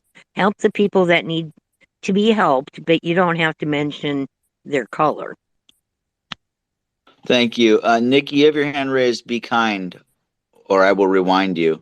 I'm always kind, and that is a I'm just reference saying. that if Costco in here, he wouldn't understand. And I'm just. Costco only probably maybe understands it. You know, um, Costco, there was a thing once upon a time called Blockbuster, and when you would go to, I'm kidding. I'm not. There By the still way, I is have one not been alive long Blockbuster, enough by the to know way. what Blockbuster Yes, is. in Then. Alaska, I think, if I remember correctly. No, it's in Bend, Oregon. Oh, right. You're right. I read. Yeah, I saw the article. Anyway, here's my thing. Sorry. We are all reasonably well educated people in here, in that I think all of us went to high school and took American history. And so, we're aware that, for many, many years in the US, explicitly in law up through Jim Crow and up through civil rights, and implicitly in many ways for years after that in certain parts of the country, that there was significant disparities in public works investments, in educational systems, not just based on income, but very much explicitly based on race. And that the legacies of those choices are very much still with us today. And again, not just based on income, but very much based on race. And so I don't think that it is entirely unreasonable to say that when you have significantly greater underinvestment in communities of color, in Black communities, in Hispanic communities, in Native American communities, if you're in a place like Oklahoma, that it's unfair to prioritize making those sorts of investments. I really genuinely think that we owe it to the kids who are growing up in those communities today to say, we may have screwed our parents and your grandparents in how we, provided for the basic, again, education, roads, bridges, safe streets. But we're going to make up for that. We're going to do something better this time. And I don't think that's hard for people to understand or to get behind. I get where you're coming from, Katz. I get where you're coming from, Jason. I really do. But I'm also enough of a student of history to think that, to the people who were intentionally screwed over, intentionally left behind, that we owe something different. Well, I went through foster homes as a kid. I was beat as a kid. My parents drank. I went through a ton of stuff growing up, and I'm white, but I have one of my mentors. I mean, my point being is that I just feel like, it seems like they're trying to bring racism back to our country, and we're trying to get, I don't like it. We are one human race. Yes, there are issues. This country has stains, of course, and those need to be worked through. But we don't have to make everybody that is here and now who never grew up with that kind of mentality, need to make them continue to live it and have it in their face. And we got a bunch of hands up, so let's go with Jeannie first. I just wanted to say that our country did try to help disadvantaged people through affirmative action in schools, colleges, workplaces where they had quota systems, and it wasn't really successful because you can't put uneducated people in an educated position and expect them to perform. It just doesn't work. So I can see why there was a time where people that needed help getting into college were allowed to do so. But aren't those days past? I just see like in the neighborhoods I live in, that there's such a disparity, except maybe in, really urban areas. But those cities should have addressed that decades ago, years ago, and they just didn't do it. And, you can't blame that on the people who work hard. No, that's true. You can't. You can't. And let's face it, our country has stains. We know that there were stains in our past, and I'm not proud of those stains. I believe that, I I would be fighting right alongside my black friends because I really don't like what happened in this country. I don't see people the way that other people do. I see people as everybody is important to me. One of my mentors is black. He's a successful man. Man, I would give my life for him. That's how he has helped me through so much of some of the crap that I went through. And so the stains of this country, yeah, they're bad. Daddy looked like he got disconnected. He had his hand up. I'm going to let him come back up here and speak next. So I just sent him a microphone. He's been patiently waiting. So welcome to the forum.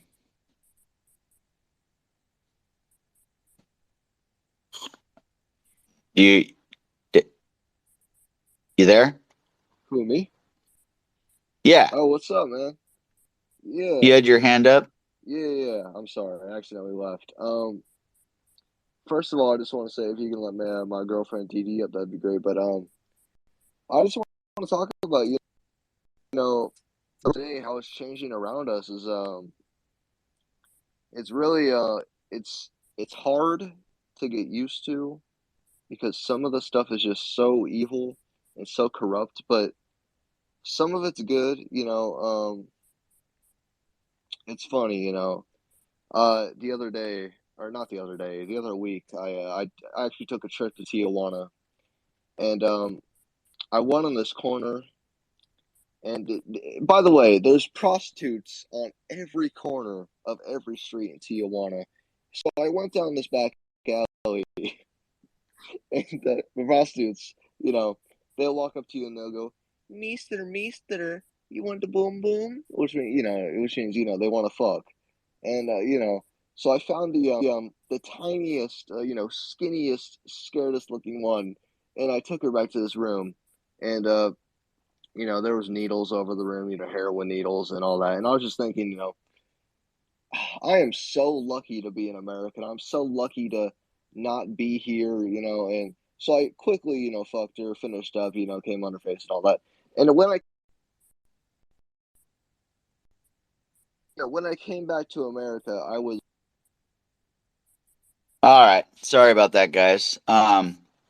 Anyways, let's go back to hands that actually are talking about what we're talking about here. Sorry, man, we're not putting up with language, and we're not going to be gross and crude in here. And as the host of the Conservative Political Forum, it is my job to shut down stupidity. So we are seriously talking about conversations here, and they mean something. The people in this room, it's my job as a host to make sure that I speak about the issues that are at hand. So let's talk.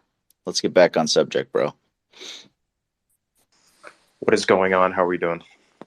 Good. And that's why I didn't let your girlfriend up, because I knew that we were on alert, me and the hosts, the co-hosts, because I won't put up with that. What was that? I said he has a girlfriend? He said, "Oh, you should let my girlfriend up here to speak." And Garrison and I were like, "Ah." Oh, I thought you were talking about Let's has a girlfriend. No, not I know. Let's. The troll that was in the room just now. I see. That's to me. Yeah. We're not interested in the trolls. All right. Anyways, back to the conversation at hand. Let's any of the subjects that I brought up in the headlines that you want to talk about, or the current subject. You just very quickly tell me what the current subject is. Sorry, I was in the background doing something. If you could ever so quickly do that. Well, I mean, it's any of the subjects that we brought up. You had your hand raised, so I don't know what you were going to talk about. If you want to come back up when you're ready. When you got it, it's cool, bro. We'll come back to you. Yeah, just come back to me. It's fine. Okay, Mar, go ahead. Wow, that guy just kind of totally fried my brain just now. So, I was going to talk on the whole racism issue just for a second. Like, I really think that it's turning into reverse racism. That racism needs to go away, period. In order to heal from any kind of problem, you have to move away from it and deal with it. And yeah, we've made mistakes. Like, I'm Mexican and Hawaiian, and in my own state of Hawaii, there's been issues where their land was taken. My Mexican grandparents were beaten. They'd had many years of racism going on with them, and the thing is, they had to learn to endure and get over and move forward. Maybe get over is not the right term for it, but we've learned to heal from it. I guess that's a better word to say it. And we need to get to a place of healing and stop trying to pin racism on, now it's obviously they want to go for whites, and it's not right. Any racism of any kind is not right. People of color are complaining that they've been discriminated against and they've had the poor end of the stick. Like Jason, I've had many years of struggle. Right now I'm struggling with something really hard, and I've dealt with abuse, and I've dealt with a lot of things in my life, and we have to overcome. We can't keep pushing these kinds of things on people because we're never going to heal from it. It's always going to be, oh, it's the white people. It's always going to be, oh, it's the black people. Well, that doesn't solve anything. It just creates more anger and more hate and more division. And that's not going to get us to a place of healing if we continually keep passing the buck on what's going. And that's what's really happening is they're keeping the hate going. And I don't know how to resolve it, and I don't know how to make it better, because for me, I'm the type of person just lets it go. Like, okay, I'm done with this. Let's move forward. Well, hey, Mar, you spoke right there something I think is very important. Let it go. People aren't letting things go. When I get angry at something that's going on in my life, if I let it stew, and you can still have your mic unmuted, Mark, because I interrupted you. You're talking. I'm kind of actually having a conversation with you right now about this. When I let it stew, it's when I get angry and I'm not letting it go, right? I'm holding bitterness towards somebody, correct? And so you just said something that I think is a very important, probably the most important thing about this whole racism thing is let it go, right? Right. Don't hang on to it, right? Like you can take offense to everything. People tell me all the time, and I've learned this is they'll say something about me, and either I can say, "Oh man, they just said this about me. It must be."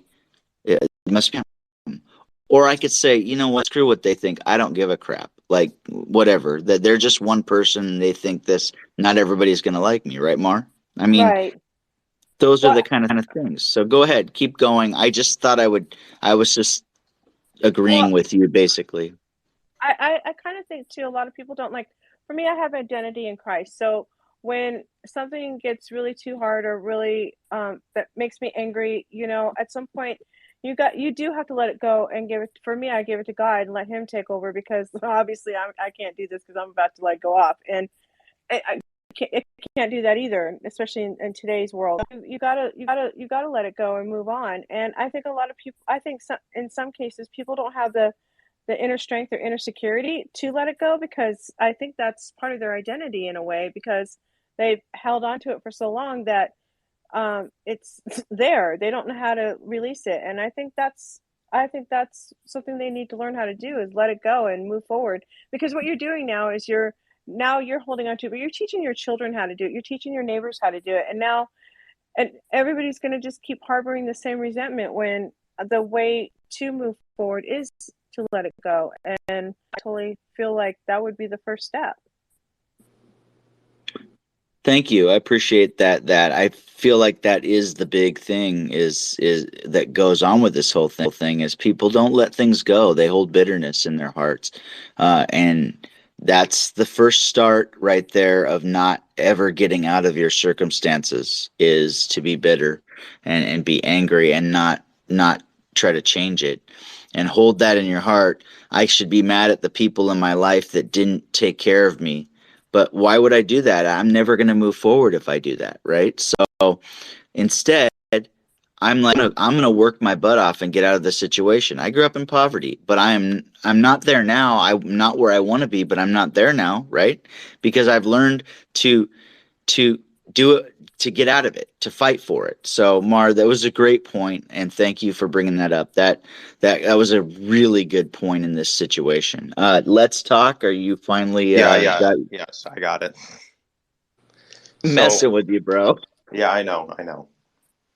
Uh, so when it comes to mainly with the issue of racism, it's pretty much just I've come to the conclusion that people are like, "Oh, racism's in your blood." It's like, no, it is not. Racism is taught because I grew up because you learn about what racism exactly is. That it, like whether you're in school or not, you learn about that. That is right at the forefront, right there.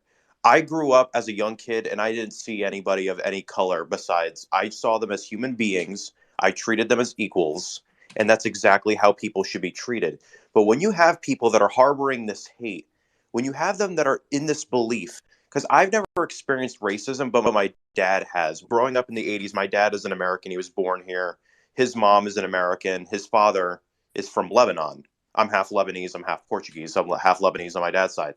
My dad experienced racism when it came to certain things that he had for lunch. Like, there was one time he told me that a kid came up, grabbed one of his lunch that was like a Lebanese dish, and stomped on it. And then another time, some kids at his school thought he was Libyan, and if you don't know how Libyans were treated back in the 80s, they almost tried to beat the shit out of him. They actually beat. Sorry for my language.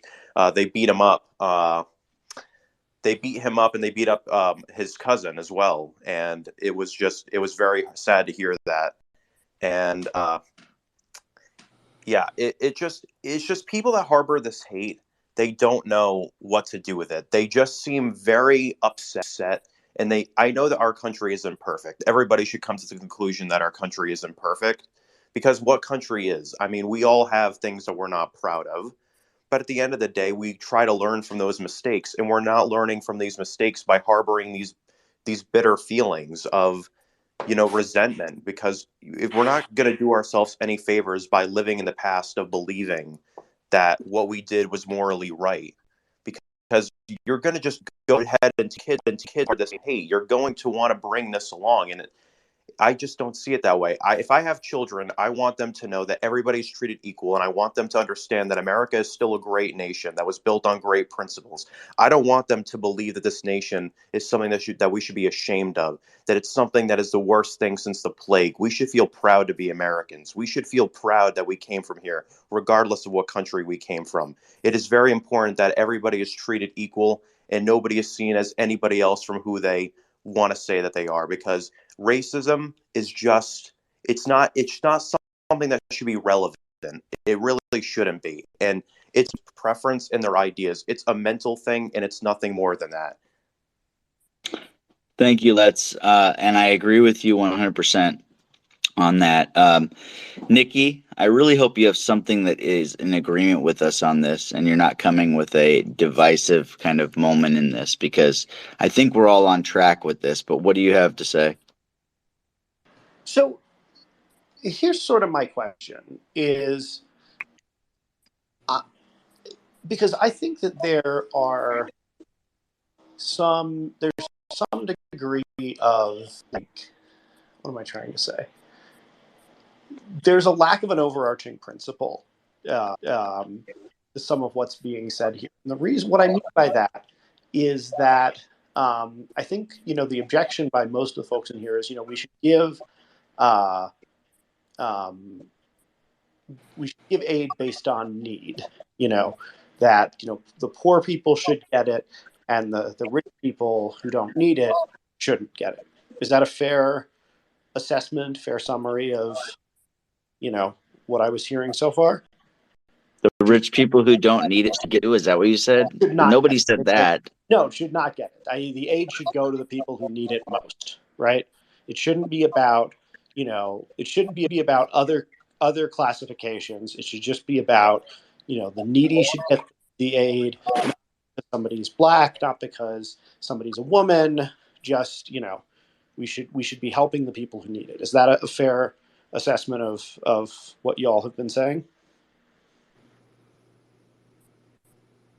I From what your does everybody think? What does everybody think?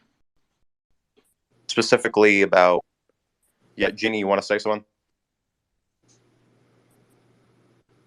I was just agreeing with Jason or Nikki, that help should be based on who needs it, and it should be means tested. Correct. Okay. So here's my question. If we're talking about historical inequities and rectifying historical inequities, we've massively, and certain people in the space I think can speak to it, have underserved in education and support certain communities. The one that came to mind while we were talking about this is individuals in the foster system, where there are and remain to be massive inequities in education between kids who went through high school with their parents and kids who went through high school with foster parents. And so a program to rectify that would have nothing to do with means, because it would just be based on whether you were in the foster care system or not, in terms of, say, giving people, free education, 2-year education, trade school, whatever they want, to make sure that more foster kids can get a good education, even years after they went through the system, would not be based on any type of means, but simply the fact that these people had experienced this point in their lives much earlier, when they were left behind. So, like myself, who was a foster kid all the way.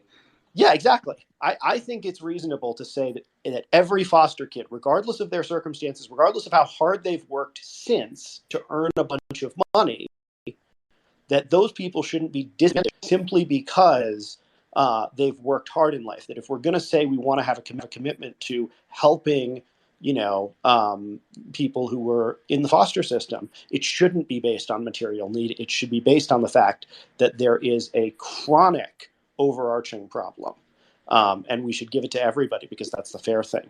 And I wouldn't say it's an exact analogy by any means to race, but I would say that it is a condition that has nothing to do with someone's present need, but it's also something that, to my mind, is a perfectly reasonable and in this country.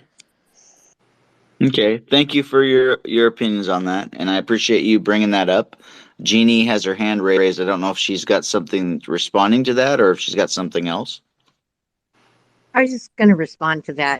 I know in the state of Washington they talked about, and I don't know where it went, that any kid who aged out of foster care should get some amount of money to stabilize them and be able to go to college. And there are programs such as that it doesn't matter how rich your foster parents were, but once you age out, a lot of foster parents don't help you anymore, and you're on your own. And I can kind of understand that there are people that need help in that circumstance. I knew a kid whose parents had died young and went into foster care. And the second he turned 18, they didn't give crap one about him because he was he they weren't going to get any more benefits based on him. And there's a lot of foster parents like Jason That happened to me. Yeah, pretty much. Yeah, So Jeannie, you that know what happened I'm to me. talking about. Yeah. Yes.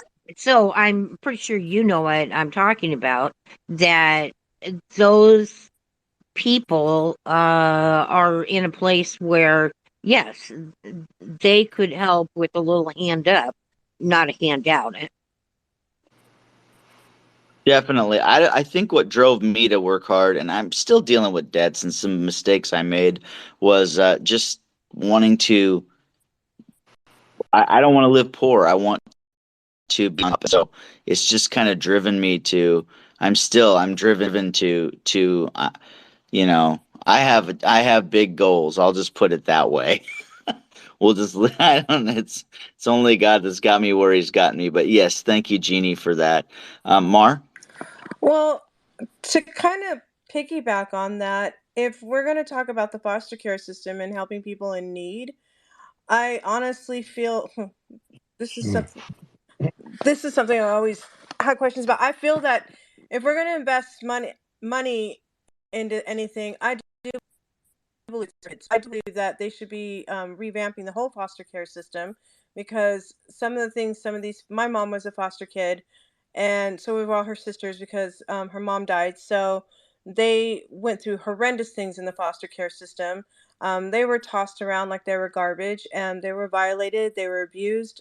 They had many terrible things happened to them, especially because there were most of them were girls.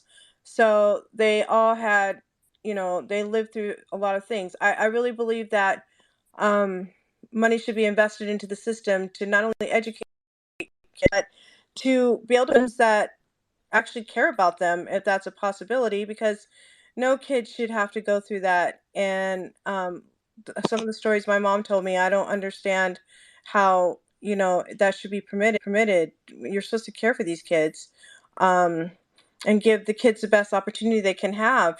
Obviously, because if their own parents for whatever reason didn't want them, or died, or whatever reason, they should be given all the opportunity in the world to succeed in life, instead of giving it to unnecessary things like foreign countries. And I'm not saying not help foreign aid, but that was just a bit of remark. But I we revamp the whole system, give our kids the best opportunities they can get.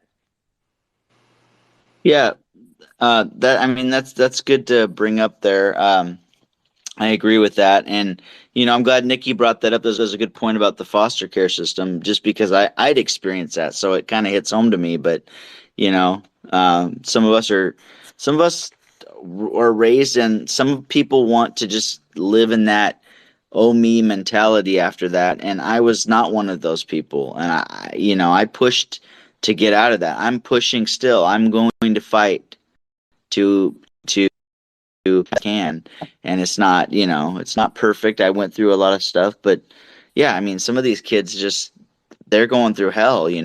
Cats. I was gonna talk about racism for a minute.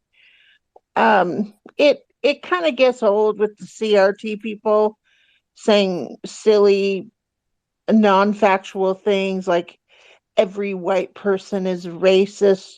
You can try to deny it, but you are, and you're oppressors, and babies are raised. One of the stupidest things I ever heard. You can be taught to be that way, and around the people you've been raised with, how they react to people. But I just want to relay a little story about when my mom was a little girl, and she grew up in Texas, and her parents, of course, I didn't know it at that point, but or when I was young, they were racist. She told us, and this we always story. Girl, she went outside to play, and she met this little black talking to this black girl, and they hit it off, and enjoyed their conversation and played together. Well, my grandma, her mother, looked out the door and saw her talking with this little black girl, and screamed at her to get back to the house.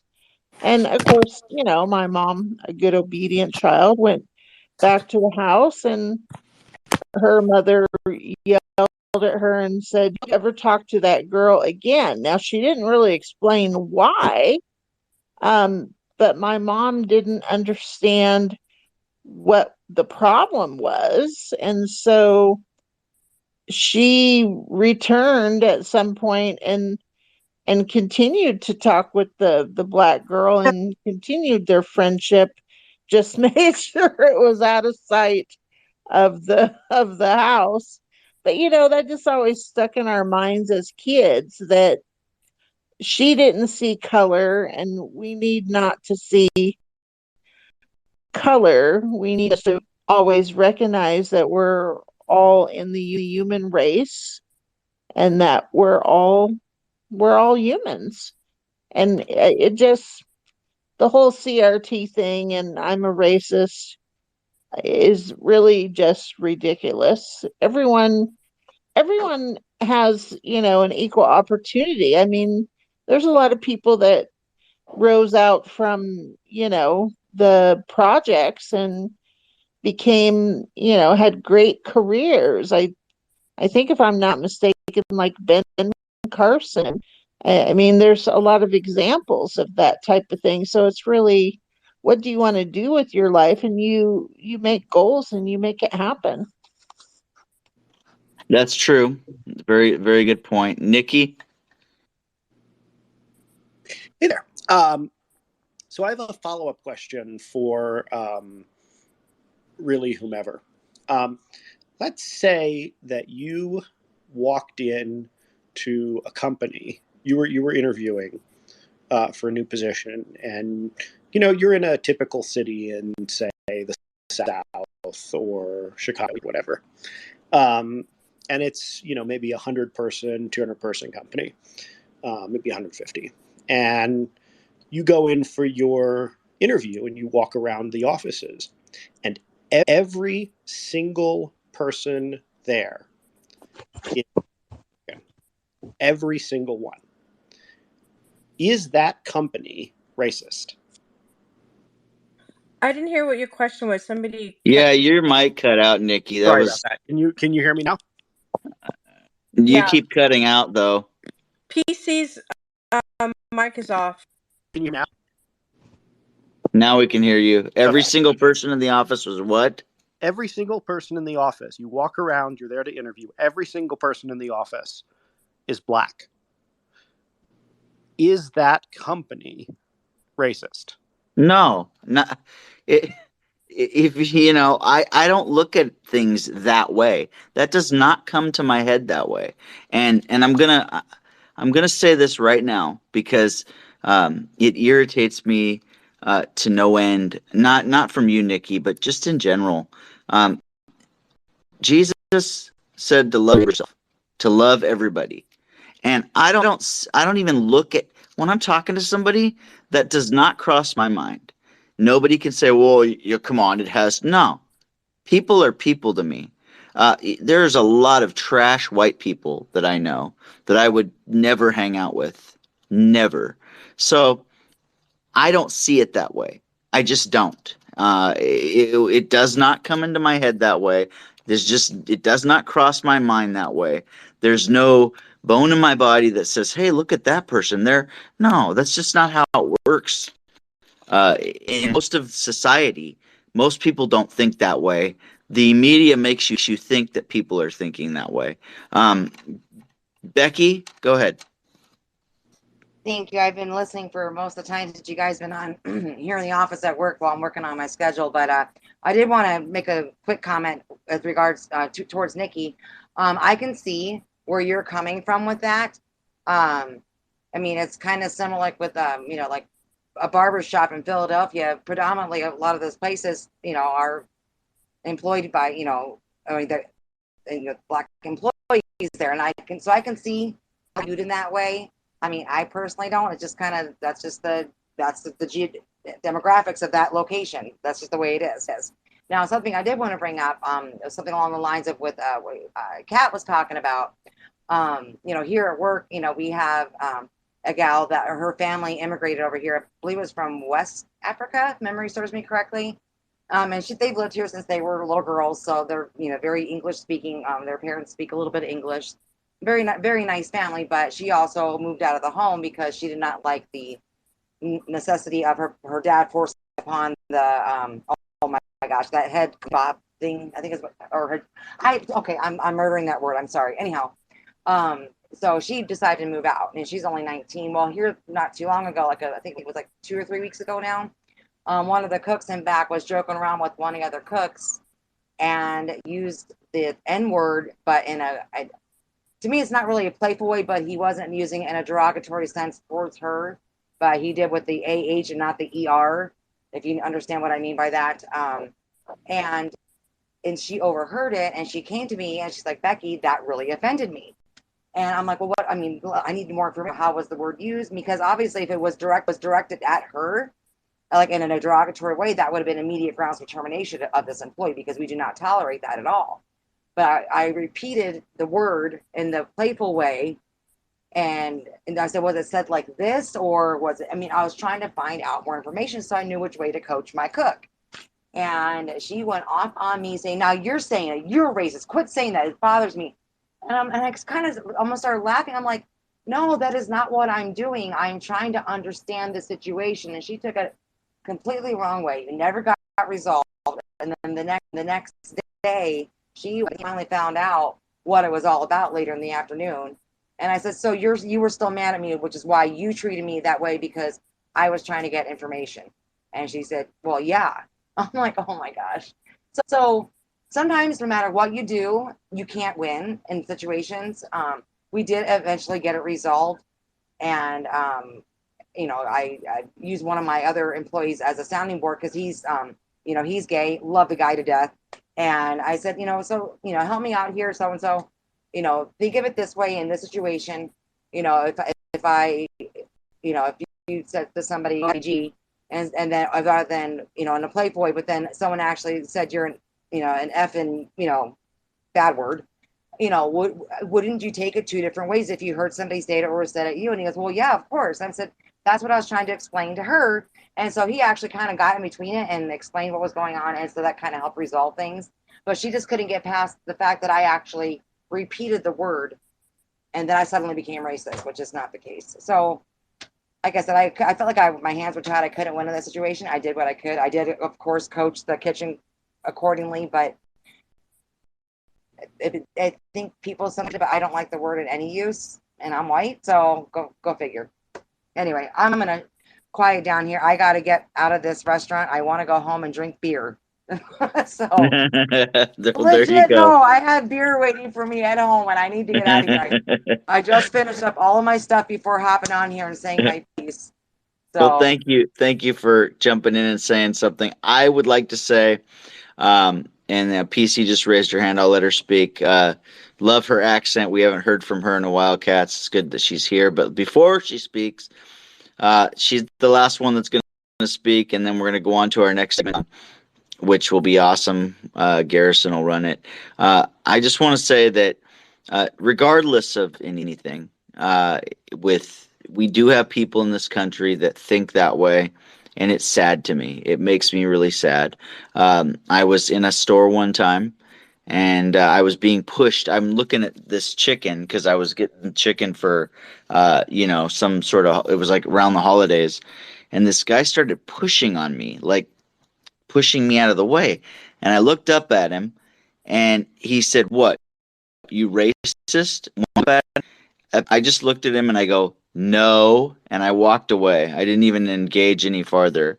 I'm like, "Are you stupid?" Like, dude, not everything is racist, but maybe in your world it is, but I'm not going to buy into it. I don't even play their games. I walk away because people are people to me. And like I said, the person that's helped me the most in my life is a black man, and I would run in front of a car for him because he means so much to me, and I text him often. So, PC, welcome to the Conservative Political Forum. You're the final topic. You're the final person to speak on this topic before we go on to the next. PC, you there? You raised your hand. Oh, I'm here. Can you hear me? Yes, we can hear you. Oh, I'm sorry. My phone was on. I just wanted to talk about something I think Nikki was talking about or whatever, about this equity thing with Vice President Harris. She meant exactly what she said. And the whole administration feels that way. And I remember when the monoclonal antibodies and the Pfizer pills first came out, they were rationing them because they didn't have enough. And they came out, I don't know whether the CDC or the FDA or the NIH, one of them, came out with a directive that people of 65 and over and minorities get priority. That's their whole philosophy about everything. So she meant exactly what she said. Just wanted to say that. And the other thing is, can I say one more thing? You've got the microphone. Go for it. Okay. This thing with this equity or whatever with the schools and this and that, at what point do some people or communities have to take responsibility for themselves? For example, every 4 years when we get a new president or they run for presidency or whatever, their platform says we're going to throw all this money at education. You can throw all the money in the world at education in this country and it's not going to make it any better because that's not the problem. It's a cultural problem. At some point, the same thing with these neighborhoods where they don't, they hate the police. They want the police out. Well, then they can't figure out why their neighborhood's so bad. I mean, it's they're raising their kids to hate cops. It's all cultural. And the same thing with the schools. I taught inner city. I taught in the suburbs. I taught everywhere. The inner city, you can't teach a kid who doesn't show up. There's nothing the government can do about that. It comes from the parents or whatever, so you can't teach a kid who doesn't show up. You can't teach a kid who shows up high. You can't teach a kid whose parents don't want to hear it. I mean, I had parents, my father one time, I tried to tell him his child had a reading problem. He just, I thought he was going to kill me. He got so mad. This is what you're dealing with. And the government is not the answer for education. Money is not the answer. It has to come, communities have to say, we want to clean up our community. And they need to bring people in that help, whether it's pastors, priests, police, the parents. I don't know. I have a good answer on how to deal with it, but it's not politically correct, so I can't say it. But there is a way to do it. And they got to figure it out because it's not money. And I'm sick and tired of all our tax dollars getting thrown at this stuff when it's not the answer. Thanks for listening. Oh, thank you for speaking about that. I agree. I think that's, there are other ways to deal with it, and handouts are always. I can tell you that handouts did not get me where I was, where I am right now. Well, I didn't, I didn't get I'm not handouts. talking about handouts. That's a different story. People need help. They need help. We have kids that can't afford to go to college. There is financial aid for them. There's scholarships. There's grants. There's all kinds of stuff. Because my kids were applying to college, I was looking into all that stuff. But middle class white kids don't get that. There wasn't anything for them. But there was a lot for minorities. There was a lot for women, which is fine. I mean, but so there is a lot out there if you look for it. So, man, I just forgot what I was going to say. Well, if you think of it during Garison's, you can maybe Garrison will let you say something about it. But thank you for speaking, PC. Nikki, we're moving to Garrison's segment, so if you got something kind to say, go ahead. I am the kindest person in the world. I don't know what you're talking about. PC, I love your accent. I was trying to place it. Are you from the New York metro area, or are you Jewish? I can't. I'm from Philadelphia, Pennsylvania, Italian Irish Catholic. Okay. Isn't it awesome, Nikki? It's awesome, huh? It's an awesome accent. It's a great accent. So I could place Northeast, but I couldn't do better than that. That's fine. But I love the accent. That's all I wanted to say. Awesome. Okay, I don't hear it, but okay. We all hear it, and we think it's awesome, PC. We think it's awesome, right, Cats? Well, thank you, guys. Yes, absolutely. Oh, I have a question. Can I say one more thing? Yes. Everybody, how do you say the word water? Waiter? Water. Right. Water. How do you say the word COFFEE? Coffee. Coffee. I love it. Yeah, coffee. It's my favorite drink in the whole world, coffee. I think water. In Philadelphia, we're the only ones that say water as water. Water. I like it. Yeah, that's a Philadelphia thing.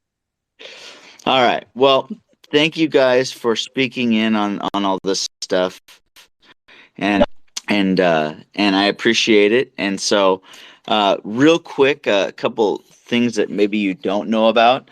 If you, even in the listener section, do a 100 if you have an Android phone. If you've got an Android phone, do a 100. Does that count for a tablet too? Yeah, I'm just talking about your phone. You have an iPhone or an Android phone. So if you got it, okay. So screw Google. If you want, because I want this not be. I'm not giving up Twitter. Obviously, this forum's growing, but I wanted to have a bigger platform. So I've wanted Truth Social so I can see what's going on over there. And Google is like, screw you to all of us Android users. Well, apparently, Truth Social is going to the phone makers' devices themselves, or the phone makers. So I have a Samsung, so the Galaxy store has Truth Social on it now, and I'm sure if you have an LG, I bet you their store does. So if you are trying to get Truth Social just to get it, so you have that too. Um, I just found my good friends who's in the room. He's awesome down there, and shout out to Thomas down there who just always listens. He's my homie. So I just yeah, if you have a Samsung, it's in the Galaxy store, and you can get True Social and have it now. So I like how they're going around them because I think it's stupid. I think it's censorship. I think Google doesn't need to do that. They don't need to censor you just for that. And so that's if you want that, you can get it. I want it because I just see what's going on. Not giving up Twitter because it is my platform for this stuff, and I love Twitter Spaces and all my friends here. So that's not changing. I had some troll when I told people about it today go, "Oh, good, go over there and get off Twitter." And I just fired back because I don't put up with that stuff. I said, "I'm not leaving Twitter, dum dum." I don't know where you came up with that. So, before we go to Garrison, and Garrison, I'm sorry we jumped into your hour a little bit. You can go a little later if you want. Just depends on where you're at, and I know you're tired, so you go with you. But before we do, Cats, guidelines real quick, and then I'm over to Garrison because we've been running over his time, and I don't like doing that. All right. Guidelines. As freedom thinkers in the conservative political forum, we believe in and value our constitutional rights. We also recognize that even amongst ourselves, we do have varied opinions. This forum is a safe place for everyone. We don't tolerate personal attacks. We don't do raised voices. We ask that you are considerate of persons who prefer not to hear profanity. It's a PG environment. Please be self-aware of your mic time. We want to make sure that everyone who wants to contribute to a particular topic is able to. Garrison, take it away. Thanks, Cats. Nikki actually gave a little bit of a prelude up in the nest to what I was going to discuss tonight. It's been a week, and I haven't heard what your guys' thoughts on the Georgia senatorial election between Warnock and Herschel Walker. There have been a lot of development this week, and I'm sure most of you have heard some of them, if not all of them. And so, just to give kind of a brief overview, the Daily Beast released an anonymous claim, but backed it up with some pretty strong evidence that Herschel Walker allegedly, I'm going to say because law school ruins my brain, but allegedly paid for a woman to have an abortion in 2009. They say that they have the receipt. Herschel Walker's son claims that it is definitely his father. I'll get into that. His father's handwriting. I'll get into that a little bit more in a second. Paying for that he sent her a get well card.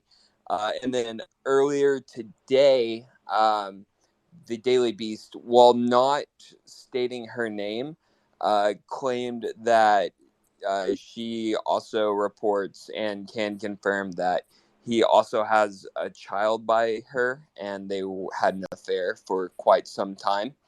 That led to Christian Walker, who is kind of internet famous in his own right, on TikTok and on Twitter, Herschel Walker's son, coming out and really condemning his father, calling him out on all kinds of accusations, and blatantly calling him a liar. Herschel Walker later comes out and says, "I still love my son no matter what." You can see, like, at the top, I guess this just happened during the space. The lieutenant governor of Georgia, or wait, is that the lieutenant? I didn't see this clip until I just saw. You can look in the Nest and see that new update. The story continues to develop. It gets more and more interesting. So we saw what happened with Roy Moore and Doug Jones in Alabama. And Alabama's a much more Republican state than Georgia. I was just looking up the polls. So Real Clear Politics has the average at Warnock 3.8 right now, but that doesn't reflect the new updates that we've seen in the past few days, even coming up to tonight. And then 538 has it at a 59% that Warnock wins. So my question is, what are your thoughts that this is going to impact the Georgia race, and your thoughts on Christian Walker's statements?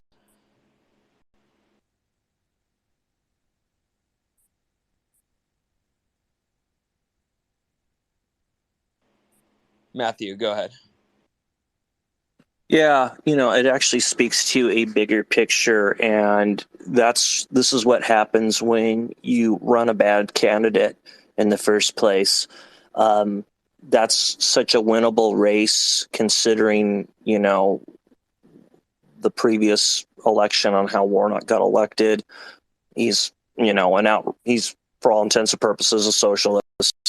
He's got his own issues with his ex-wife, but yet he's leading in all the polls because they ran a bad candidate. You put just a normal Republican, and I like to reiterate what Jason says all the time. I'm a conservative, not a Republican. When you run a bad candidate, you're down ticket from Kemp.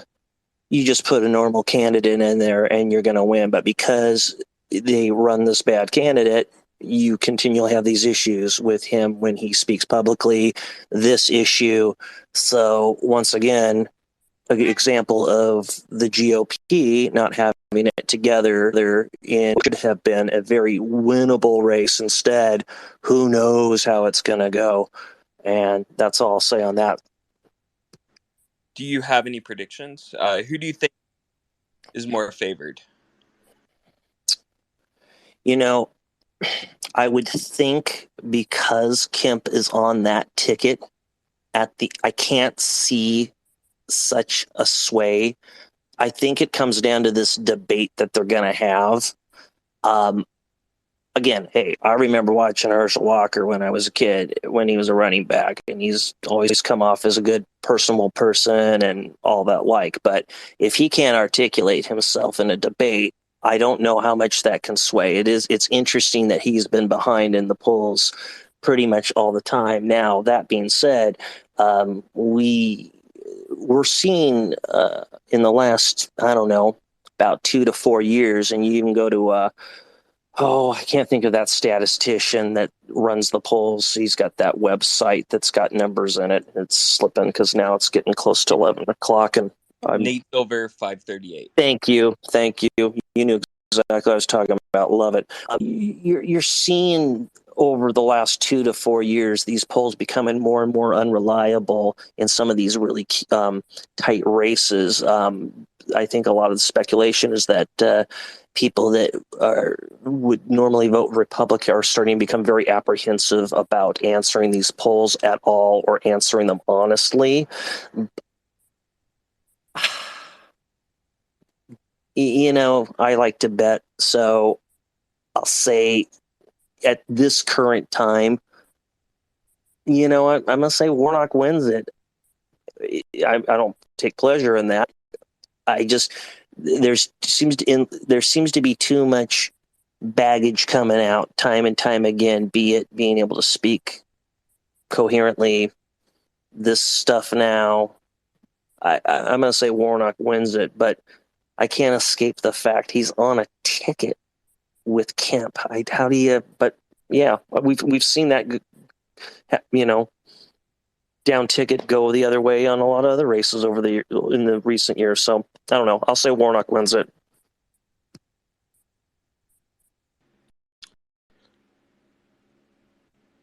Nikki, and I just looked it up. The debate is October 14th at 7 p.m. I assume that's Eastern time. I'll definitely be tuning into that. Nikki, go ahead. Oh yeah, that should be must-see TV. So I don't even want to talk necessarily about the race as it stands right now, because I think that is kind of something that's been a little talked to death. What I think is really interesting is the question of how the hell he got nominated, because this is a guy where all of these things were, if not explicitly publicly known, it was very clear that he had a less than perfect history. This was someone who he had made it public that he had held a gun to his wife's head, that he had had a traumatic divorce. He didn't have it was pretty clear he didn't have the greatest relationship with his son.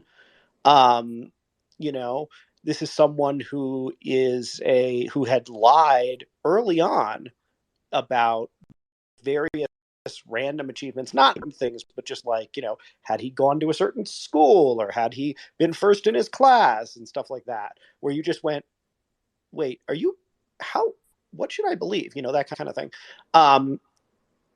Where a lot of the Republican base at the time maybe didn't explicitly verbally oppose him, but there was clearly some unease at the idea of nominating this guy. And where I think in most other states, it would have been almost unthinkable, you know what I mean, to nominate somebody with as many personal red flags as he had, to say nothing of the fact that he has a admitted, diagnosed, personality disorder. Borderline, and I'm all for believing people should be able to serve in any level of government with a mental health issue. But if you're the Republican Party and you're talking about who you should nominate, I would think that would throw up a pretty gigantic red flag. So I think it's the really interesting question isn't what happens now? It's how the hell did we get here? Why in the world, for a safe seat like this, did they not, to the previous person's point, just nominate some, I did it again. Nominate some just bland prosecutor or state senator or congressman. You know what I mean?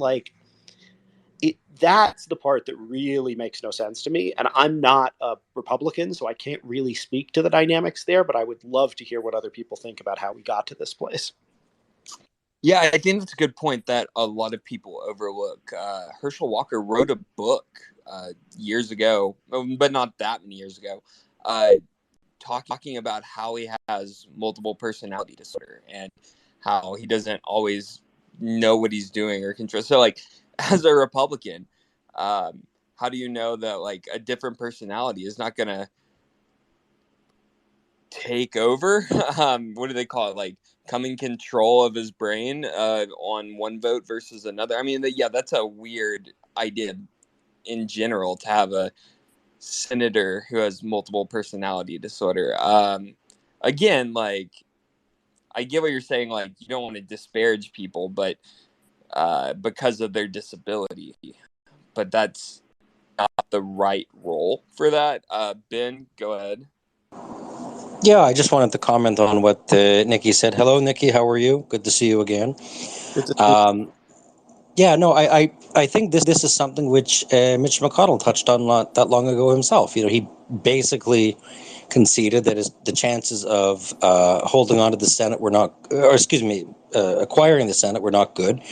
And he used the term, the quality of candidate. And I think that is an issue which absolutely needs to be talked about. So the way that we got here in the sense like what should be a safe seat, Georgia, because thus far in the primaries, it has been a litmus test to loyalty to Donald Trump.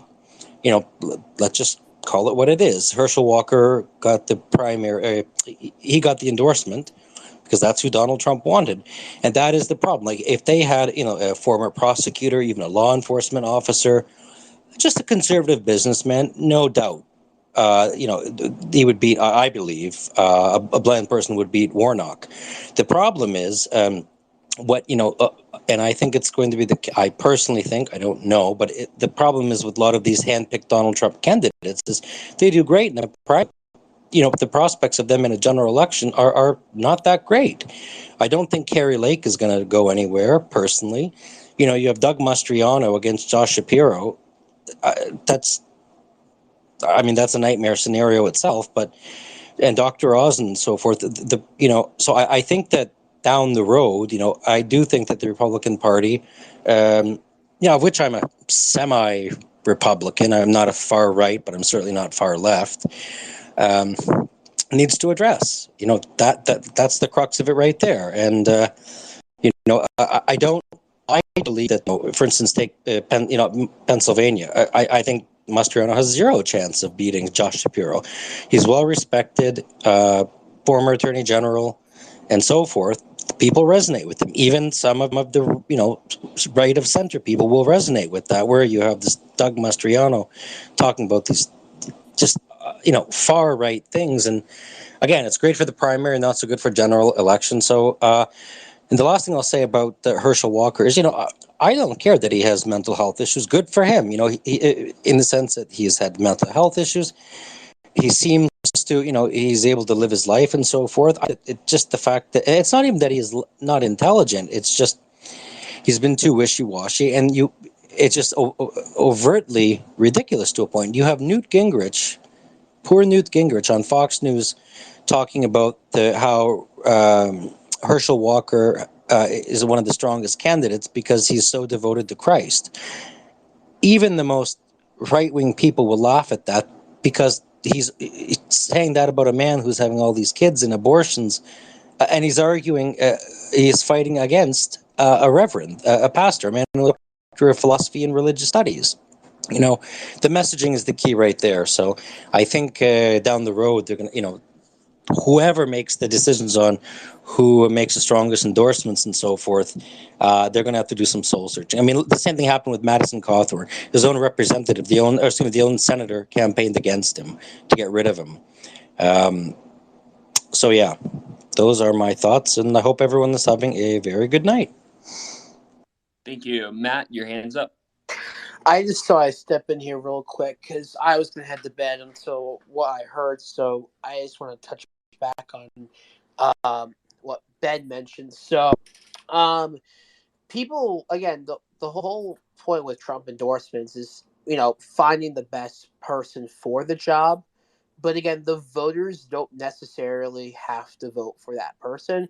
We've seen that in Georgia during the primary.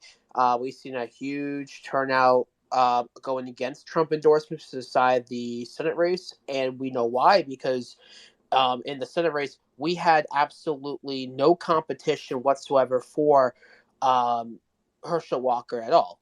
And so he was able to get 70% of the vote, if not 80, in the primary. So with that being said, the Trump endorsement doesn't all necessarily matters. It's just, will the voters still listen to Trump and will vote based on the correct pick? I don't agree with all of his endorsements.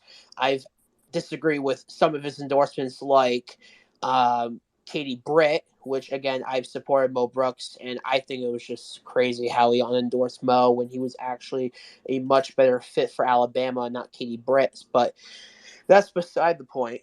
But again, I think that most of the endorsements that Trump's made, I think the one with Katie Hobbs, not Katie Hobbs, I'm sorry, Carrie Lake, is doing pretty well. I think he endorsed her last November. So yeah, it's gonna come up to a year. I think Carrie Lake's doing excellent. She's gonna be winning her election. Masters gonna be winning his election. Herschel Walker, I mean, it's people are just gonna go back and forth on it. I personally think he'll win. None of this will matter. I think when the debate happens on October 14th, they're going to be questioning Herschel's mental health, which again is a good thing to talk about. But again, look at the bright side. We also have Warnock, who isn't perfect either. So I don't think it's going to affect Herschel as much as everyone else thinks.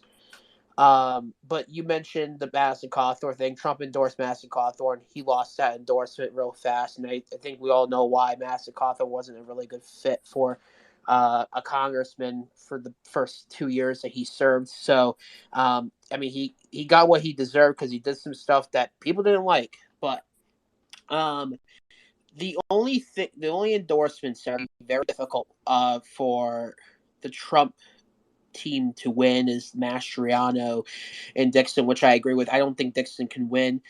There is a small chance Dixon wins. It's going to be a tough state. I've always said this to many people in different spaces, that Michigan will be the toughest swing state to win. I mean, Trump won the state by, I would say, 0.23%, 0.3% if I'm right. But yeah, no, it was a difficult state for him to win, probably just as much as New Hampshire, but then he lost it by almost 3 points the last time around. So yeah, no. So I think that Michigan's going to be very tough for Trump to help Dixon win. On top of Pennsylvania, I still think that again, Mastriano still has a good fight in him, but it's going to be very tough for him to even pull it off. But point blank being is that, again, the Trump endorsement, and I say this all the time, if you don't like the Trump endorsement, you don't have to vote for it. But again, if you like Trump and you would agree with what the opponent stands for, and you want to vote for them, that's totally fine. Like, people didn't have to vote for Dan Crenshaw back in Texas second, and they still vote for Dan Crenshaw. 75% vote for Dan Crenshaw. And again, no endorsement was there, but my point blank is that the voters are the people that will be voting them in. It's not Donald Trump. It's the voters. And so when you have people like Donald Trump influencing them, yeah, sure, influencing them to vote, encouraging them to vote for their pick. But at the end of the day, it's the voter that wants to decide, who should I actually pick? So with that being said,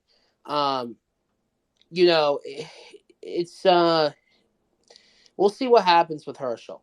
I think that he still has a good chance of winning. Again, not every endorsement is perfect, but at the same time, people have views at the end of the day. But I'm just going to step down now. And, have a good night, guys. Thank you for Do you mind having if me I on. ask you a quick question, Matt? What's up? Do you think it reflects badly on Donald Trump if his picks lose? Well, I think Trump ignores it because, again, he's faked the endorsement record several times. Like, he's had more than 7 losses, like he claims he has. Like, he has almost like 20 losses with his endorsement record. And I think he doesn't really care. I think he'll look back at it and be like, listen, I may need to put a lot of improvement, or I may need to put a little bit more improvement in Pennsylvania, stuff like that. But I think that at the end of the day, Trump probably wouldn't give a shit. I meant, Excuse my should language, voters but look at him differently because he helped nominate bad? Assuming they lose, I'm just saying. Assume a bunch of Trump candidates lose November. Should voters look at Donald Trump differently because he cost you the Senate? I don't think Trump costs us the Senate. I think it's it's about voter quality too, about the candidate quality too. Again, they didn't have to vote for the Trump pick at the end of the day, and that's why I said, like, I agree with everything Trump endorsed, but again, that's who they voted for.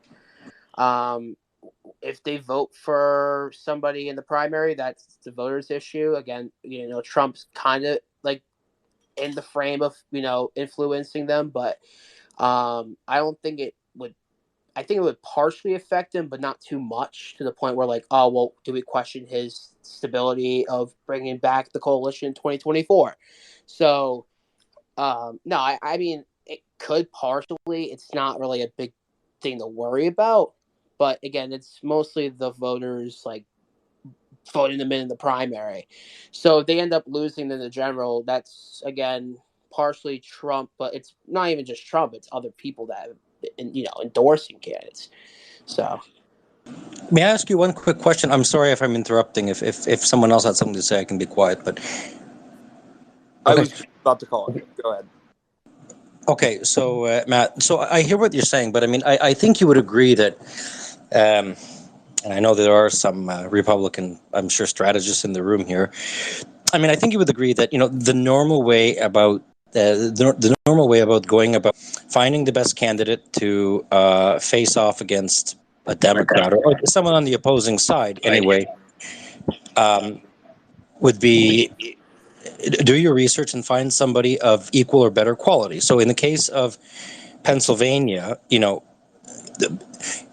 Republicans can't, pardon the term, they can't shit on Josh Shapiro's record as a prosecutor being tough on crime, because he was very tough on crime.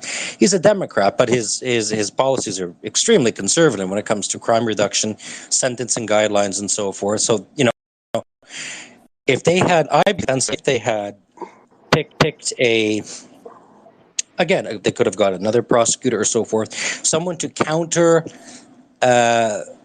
Shapiro. I think it would have been a shoo-in, and I just mean that to me. And I'm not a strategist, but it seems like the Trump endorsements got the endorsements for one reason only. It was a question of, did Donald Trump win the election, yes or no? Carrie Lake, I disagree with you. I don't think that she will win. I mean, I am almost positive Herschel Walker will not win. Mastriano's not going to win. I agree with you. In Michigan, that's going to be very hard. And of course, it's bothering Mitch McConnell like crazy. But I mean, it has been a litmus test. That's how people got the endorsement, which is why I say, it fares great in a primary, not so great in the general election. And I do think that, behind closed doors, probably Mitch McConnell is pulling his hair out, because you could see the tension, and for him to even say, listen, we're probably not going to get the Senate because the quality of candidates, that's a problem. Like, even Oz in Pennsylvania, that to me is just a joke, but again, well, if I can briefly respond, because I do need to of course, go. of course. But so here's the thing. So I completely disagree with you on the Carrie Lake thing. Again, how is Carrie Lake going to lose if Katie Hobbs came and stand up to Carrie Lake in front of her and have a debate? Again, what was it tonight? There was a Hispanic town hall, and no, she didn't fucking arrive. Excuse my language. She hasn't. She has denied all debates, even though Carrie Lake gave her everything, every option for her to pick the moderator, the topic, questions, etc.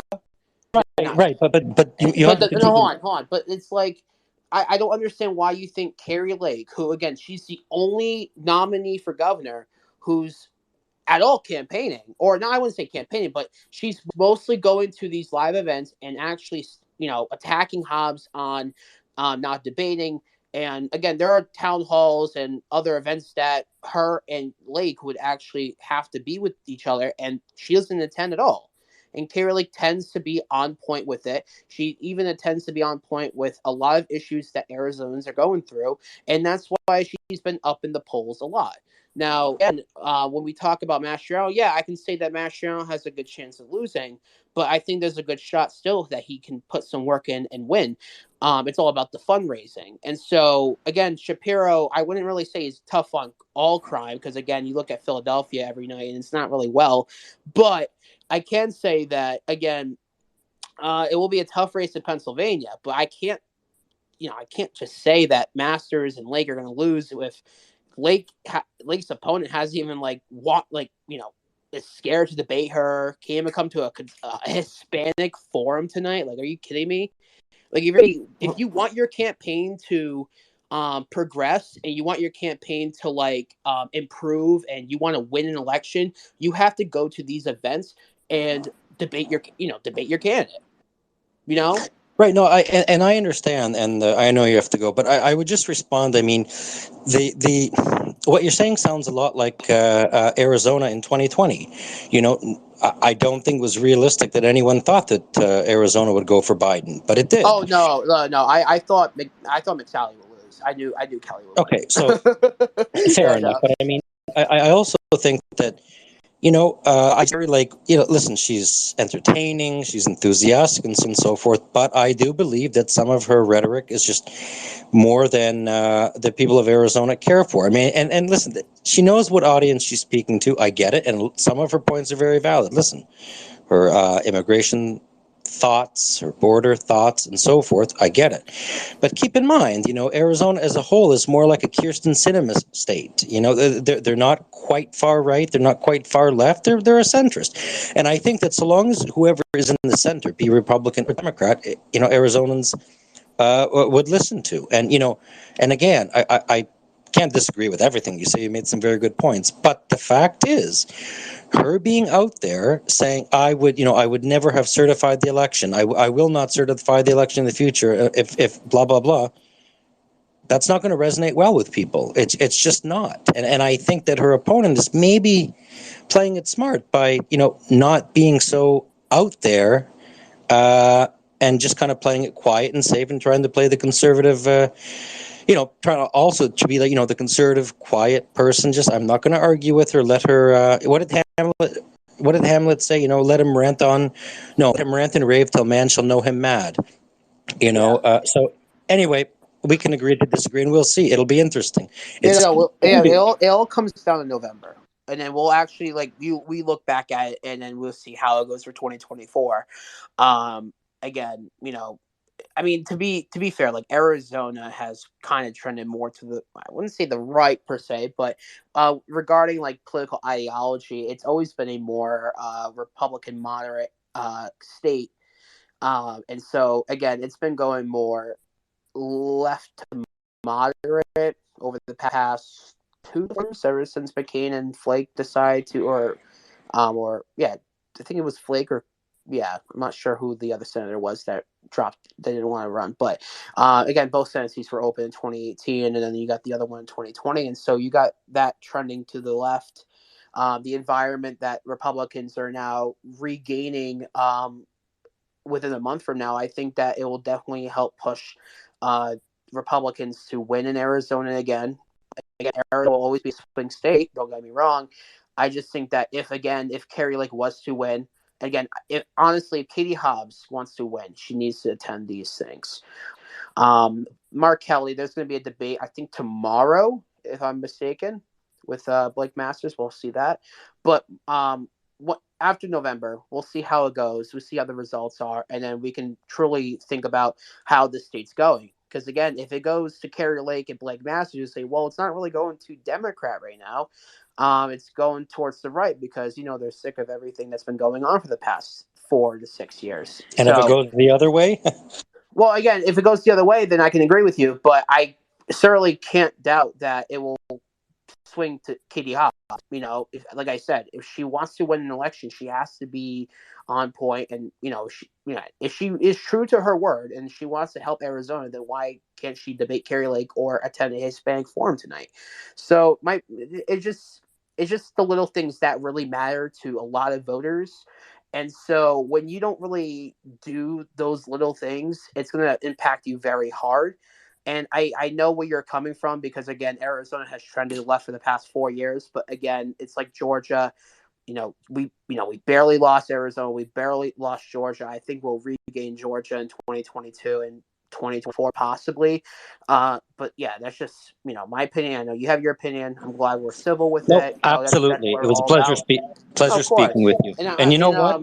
I'm grateful to hear that at least you say we lost. It's just so nice to be in a space where there's Oh level-headed yeah, no, people I mean focusing on policy. It's a nice thing. Thank you. to be fair, like I personally about the 2020 election, and I'll step down. I think there were insecurities regarding ballot machines, but I'm not going to say fraud because again, it's something that is it's like saying that I hate somebody. It's a strong word to use. So to sit here and say that the election was fraudulent, I can't say that. You know, more of an insecurity is more of a more proper term to use regarding how the election went. Because again, you've seen some evidence of, multiple duplicates of ballots in Arizona, for example. But yeah, no, I mean, we can disagree and have a decent conversation. Not like the space I was in, about 5 hours ago. I know Nikki was in it. It was pretty funny, but no, I mean, it's nice to have a conversation with people on the other side about what's going on in in the political race. I do gotta go. I gotta go to bed for tomorrow, but I do appreciate coming on. Thank you, Jason, for having me on. Thank you, Garrison, Ben, Nikki. Pleasure to talk to you guys. Hey, thanks for coming in. Okay, not seeing any more hands. I don't think I have time to go to my second topic, so I may just wrap up early tonight. Well, do you want to at least throw it out there and talk about it for a second? Sure. We won't have enough time to go through all of it, but so Billy Eichner on September 30th released a movie called Bros. It is a gay love story. It did dismal in the box office. It got 4.8 million, which in Hollywood standards is terrible. It was the fifth highest, and it was very well advertised. It ranked lower than Avatar's re-release on week 3 of the Avatar being re-released into theaters. Eichner comes out yesterday and says that the only reason that the film did so poorly is because straight people are just homophobic and they can't handle seeing gays on the big screen. That was sharply criticized, as you can imagine, because we've had how many releases that have done so much better that were gay love stories. And so that was going to be my second topic. I only got 7 minutes left. So Costco, go ahead. Oh, thank God. I've been wanting to get into this with somebody. Yeah, no, so the entire movie, I mean, I haven't seen it and I probably won't. The excuse to say that, oh, it's just, gay, or it's just straight people that don't want to see it. Okay, Love, Simon objectively did better. That one, I guess, wasn't really a romantic comedy, but it was a love story. That one did far better. There have been plenty of other films as well. I just don't watch a lot of gay films that are not bombing in the box office the first week. He's on Twitter, he's gone through the fucking 5 stages of grief over his movie, which is objectively a Wattpad fan fiction of what he wishes his love life was that nobody wants to watch. He's a C-tier actor. The movie objectively isn't good. I mean, they probably didn't even make back what they were spending just on advertisements alone in the first week of the box office. And to just immediately blame oh, it's a gay movie, therefore it's homophobia. No, there are gays that don't even want to watch your film. Dude, it's objectively bad.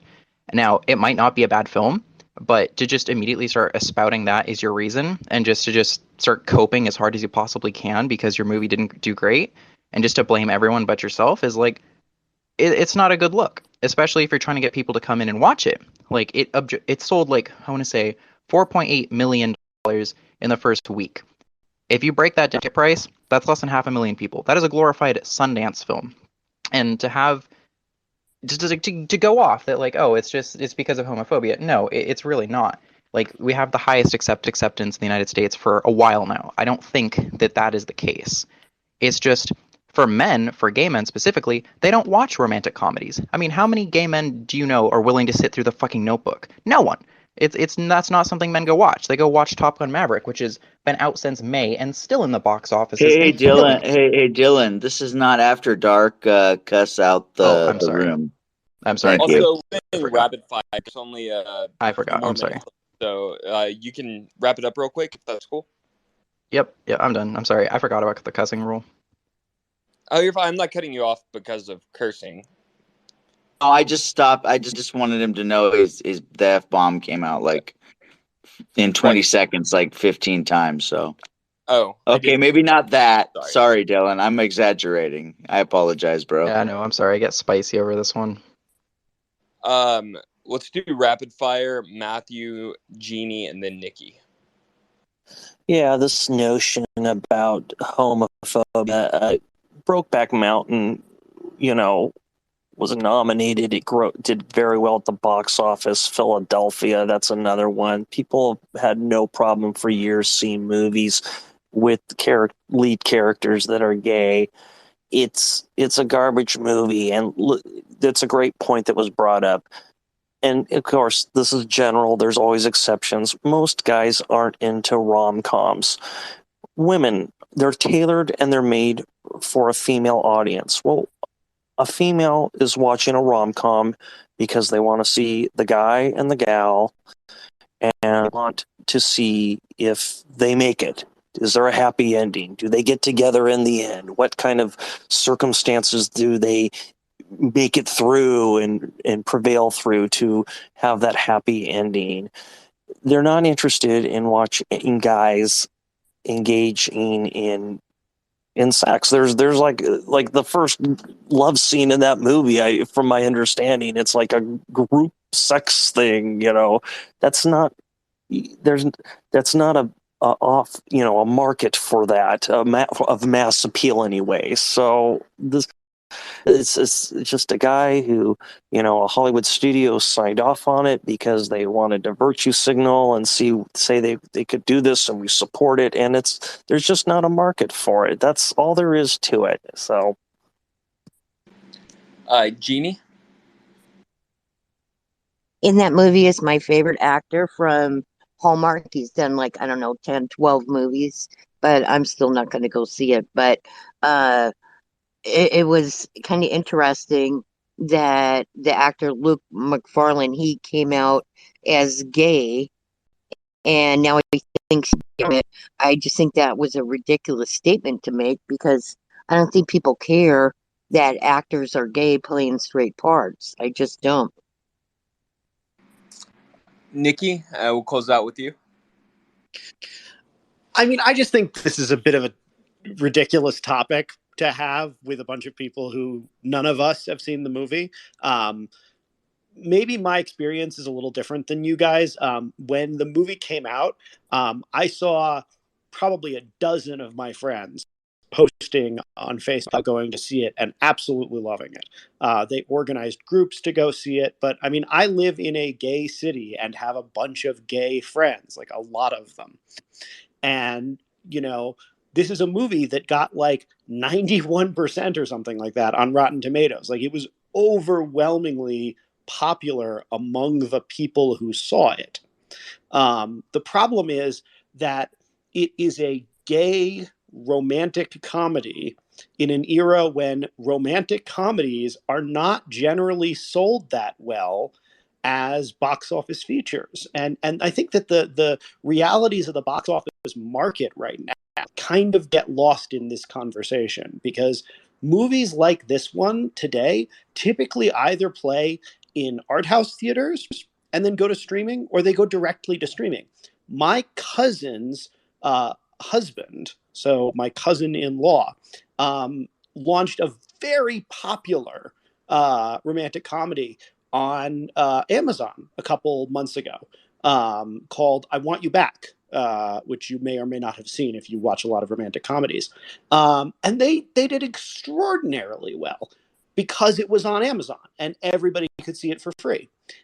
And that's where the market is now for these types of movies. I think the problem here is twofold. First off, they should not have tried to go big market with a movie like this that didn't have a big headline draw. They should have sold it to HBO or Amazon or Netflix for like $30 million or something.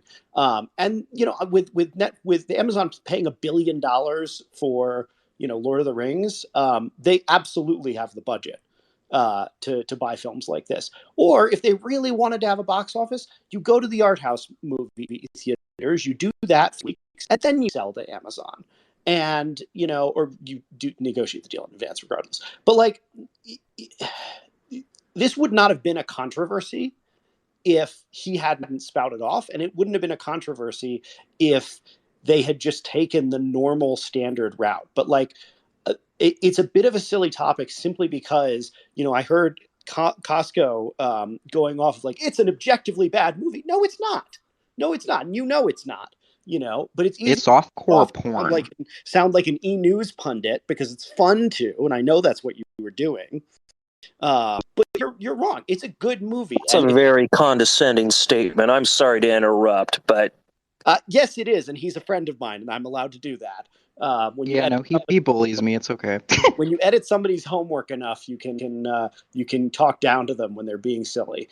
But no, I mean, I think that it's a good movie, and we would all not care at all if Billy Eichner had not spouted off, or if it had just been. And I bet a bunch of us would go see it if it were just in an art house thing. But this is good grist for the mill, and it's the kind of shit that, like, when I say on he spend a lot of time, not specifically on here, but like on Twitter, talking about the stuff that's just good grist for the mill. This is kind of what I'm talking about. So anyway, that's my opinion. Thank you for stating it.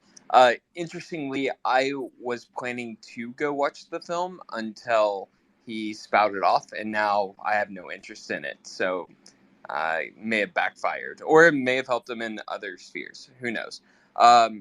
I have a hard out at 1 a.m., and I'm kind of let Nikki go on a little bit. But Jason, thank you so much for having co-host. Katz, thank you so much. You guys, God bless, and I'll see you next week. Well, thank you, Garrison, for being here. As always, my brother, I'm glad you're here. Nikki, please work on the language if you're going to co-host in this room, bro. I love hearing your opinions, but, I'm just saying, just keep working on it. That's all. I know you're doing your best, and everything. So let me close in prayer, and let me just thank everyone for being here again tonight. I'm so thankful that you all come and hang out with us, and we'll just keep going. Father God, I thank you for everybody here tonight. I thank that you are giving everybody strength through the things that they're going through in their life, as we all go through things, and we just stand together, united, even when we don't agree with everything that's going on in our lives. I just thank you that you help everyone here to wake up refreshed every day, and help them in whatever they need help with, Lord. We just thank you for strengthening everybody here. Father, we know our country is in your hands, and we just trust you, Lord, in the things that you are doing. In your mighty name we pray. Amen. Hey, welcome, Herc. I know that you just got a mic. You want to say one thing? Just wanted to say, hey, buddy. It's been a while. Yeah, it's been a while. Sorry, it's taken so long, but I was really burnt out that last time. I did a 24-hour marathon space where I only got 2 hours of sleep with a co-host helping me out. I don't know how you do that. That's crazy. It was. So I've been doing the Friday night thing, and I've been really enjoying the conference. Gonna come by. Katz was in the first one. Kind of sad, Katz. That Hamid character that came in that first time, he got his account suspended right after because he was talking about Imran Khan and the CIA. So that really sucked. But some real good blessings have come from doing this lately. Friend Paul Sizzler wrote the Red Herring Effect, asked me to help him with his YouTube channel, doing one political show. And he asked me to help with the West Coast campaign. So I might, if there's an event, I might go up and see you in Seattle, and Drake cool. Too. Yeah. Be awesome. Katz isn't in Seattle, though. You wouldn't be able to see her. She's all the way on the other side of the state of Washington. So, yeah, we don't know what the schedule will be like, what the budget will be. There's some stuff going on in Los Angeles, so that's going to be plan one. Nice. There. So cool.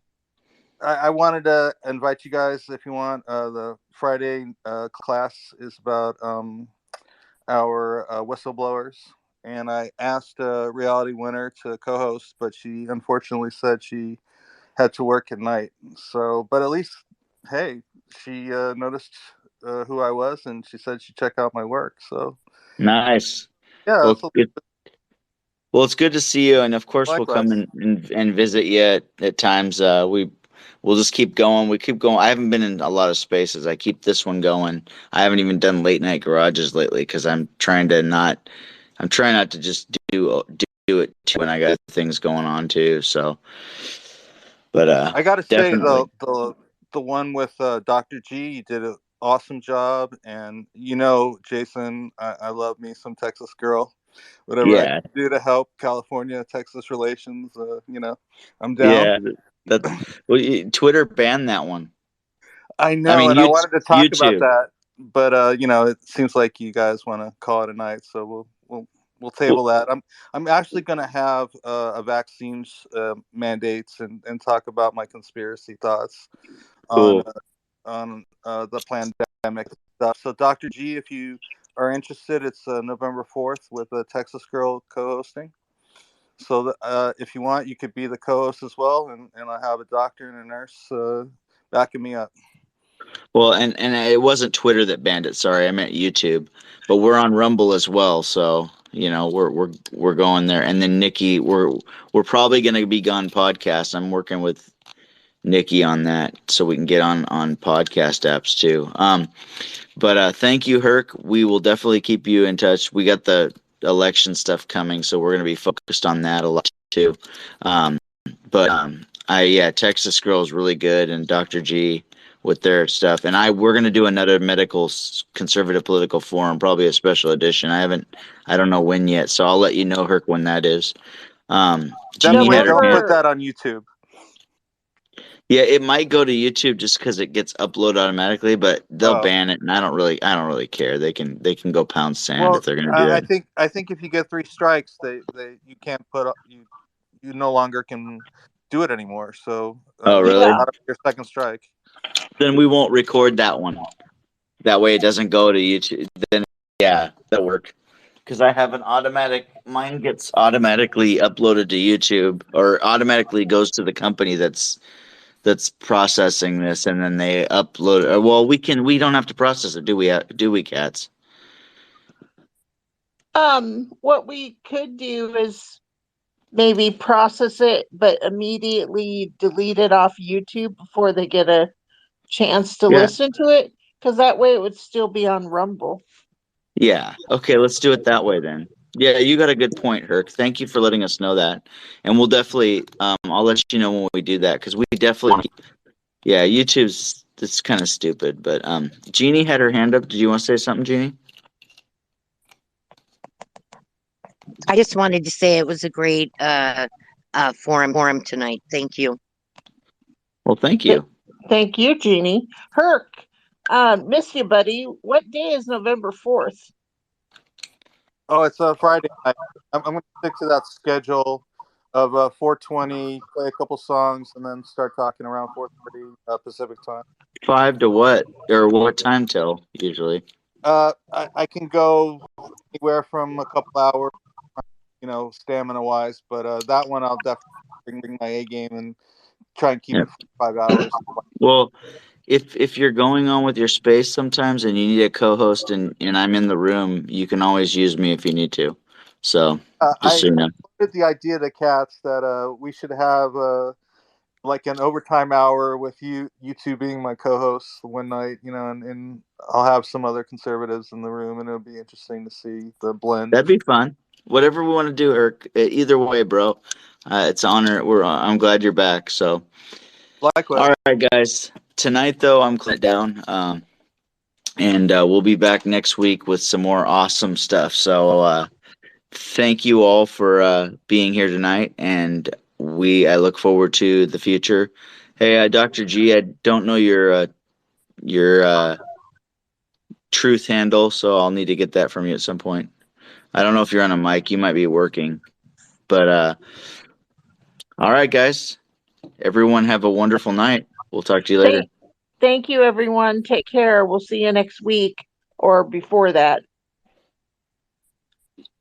Later.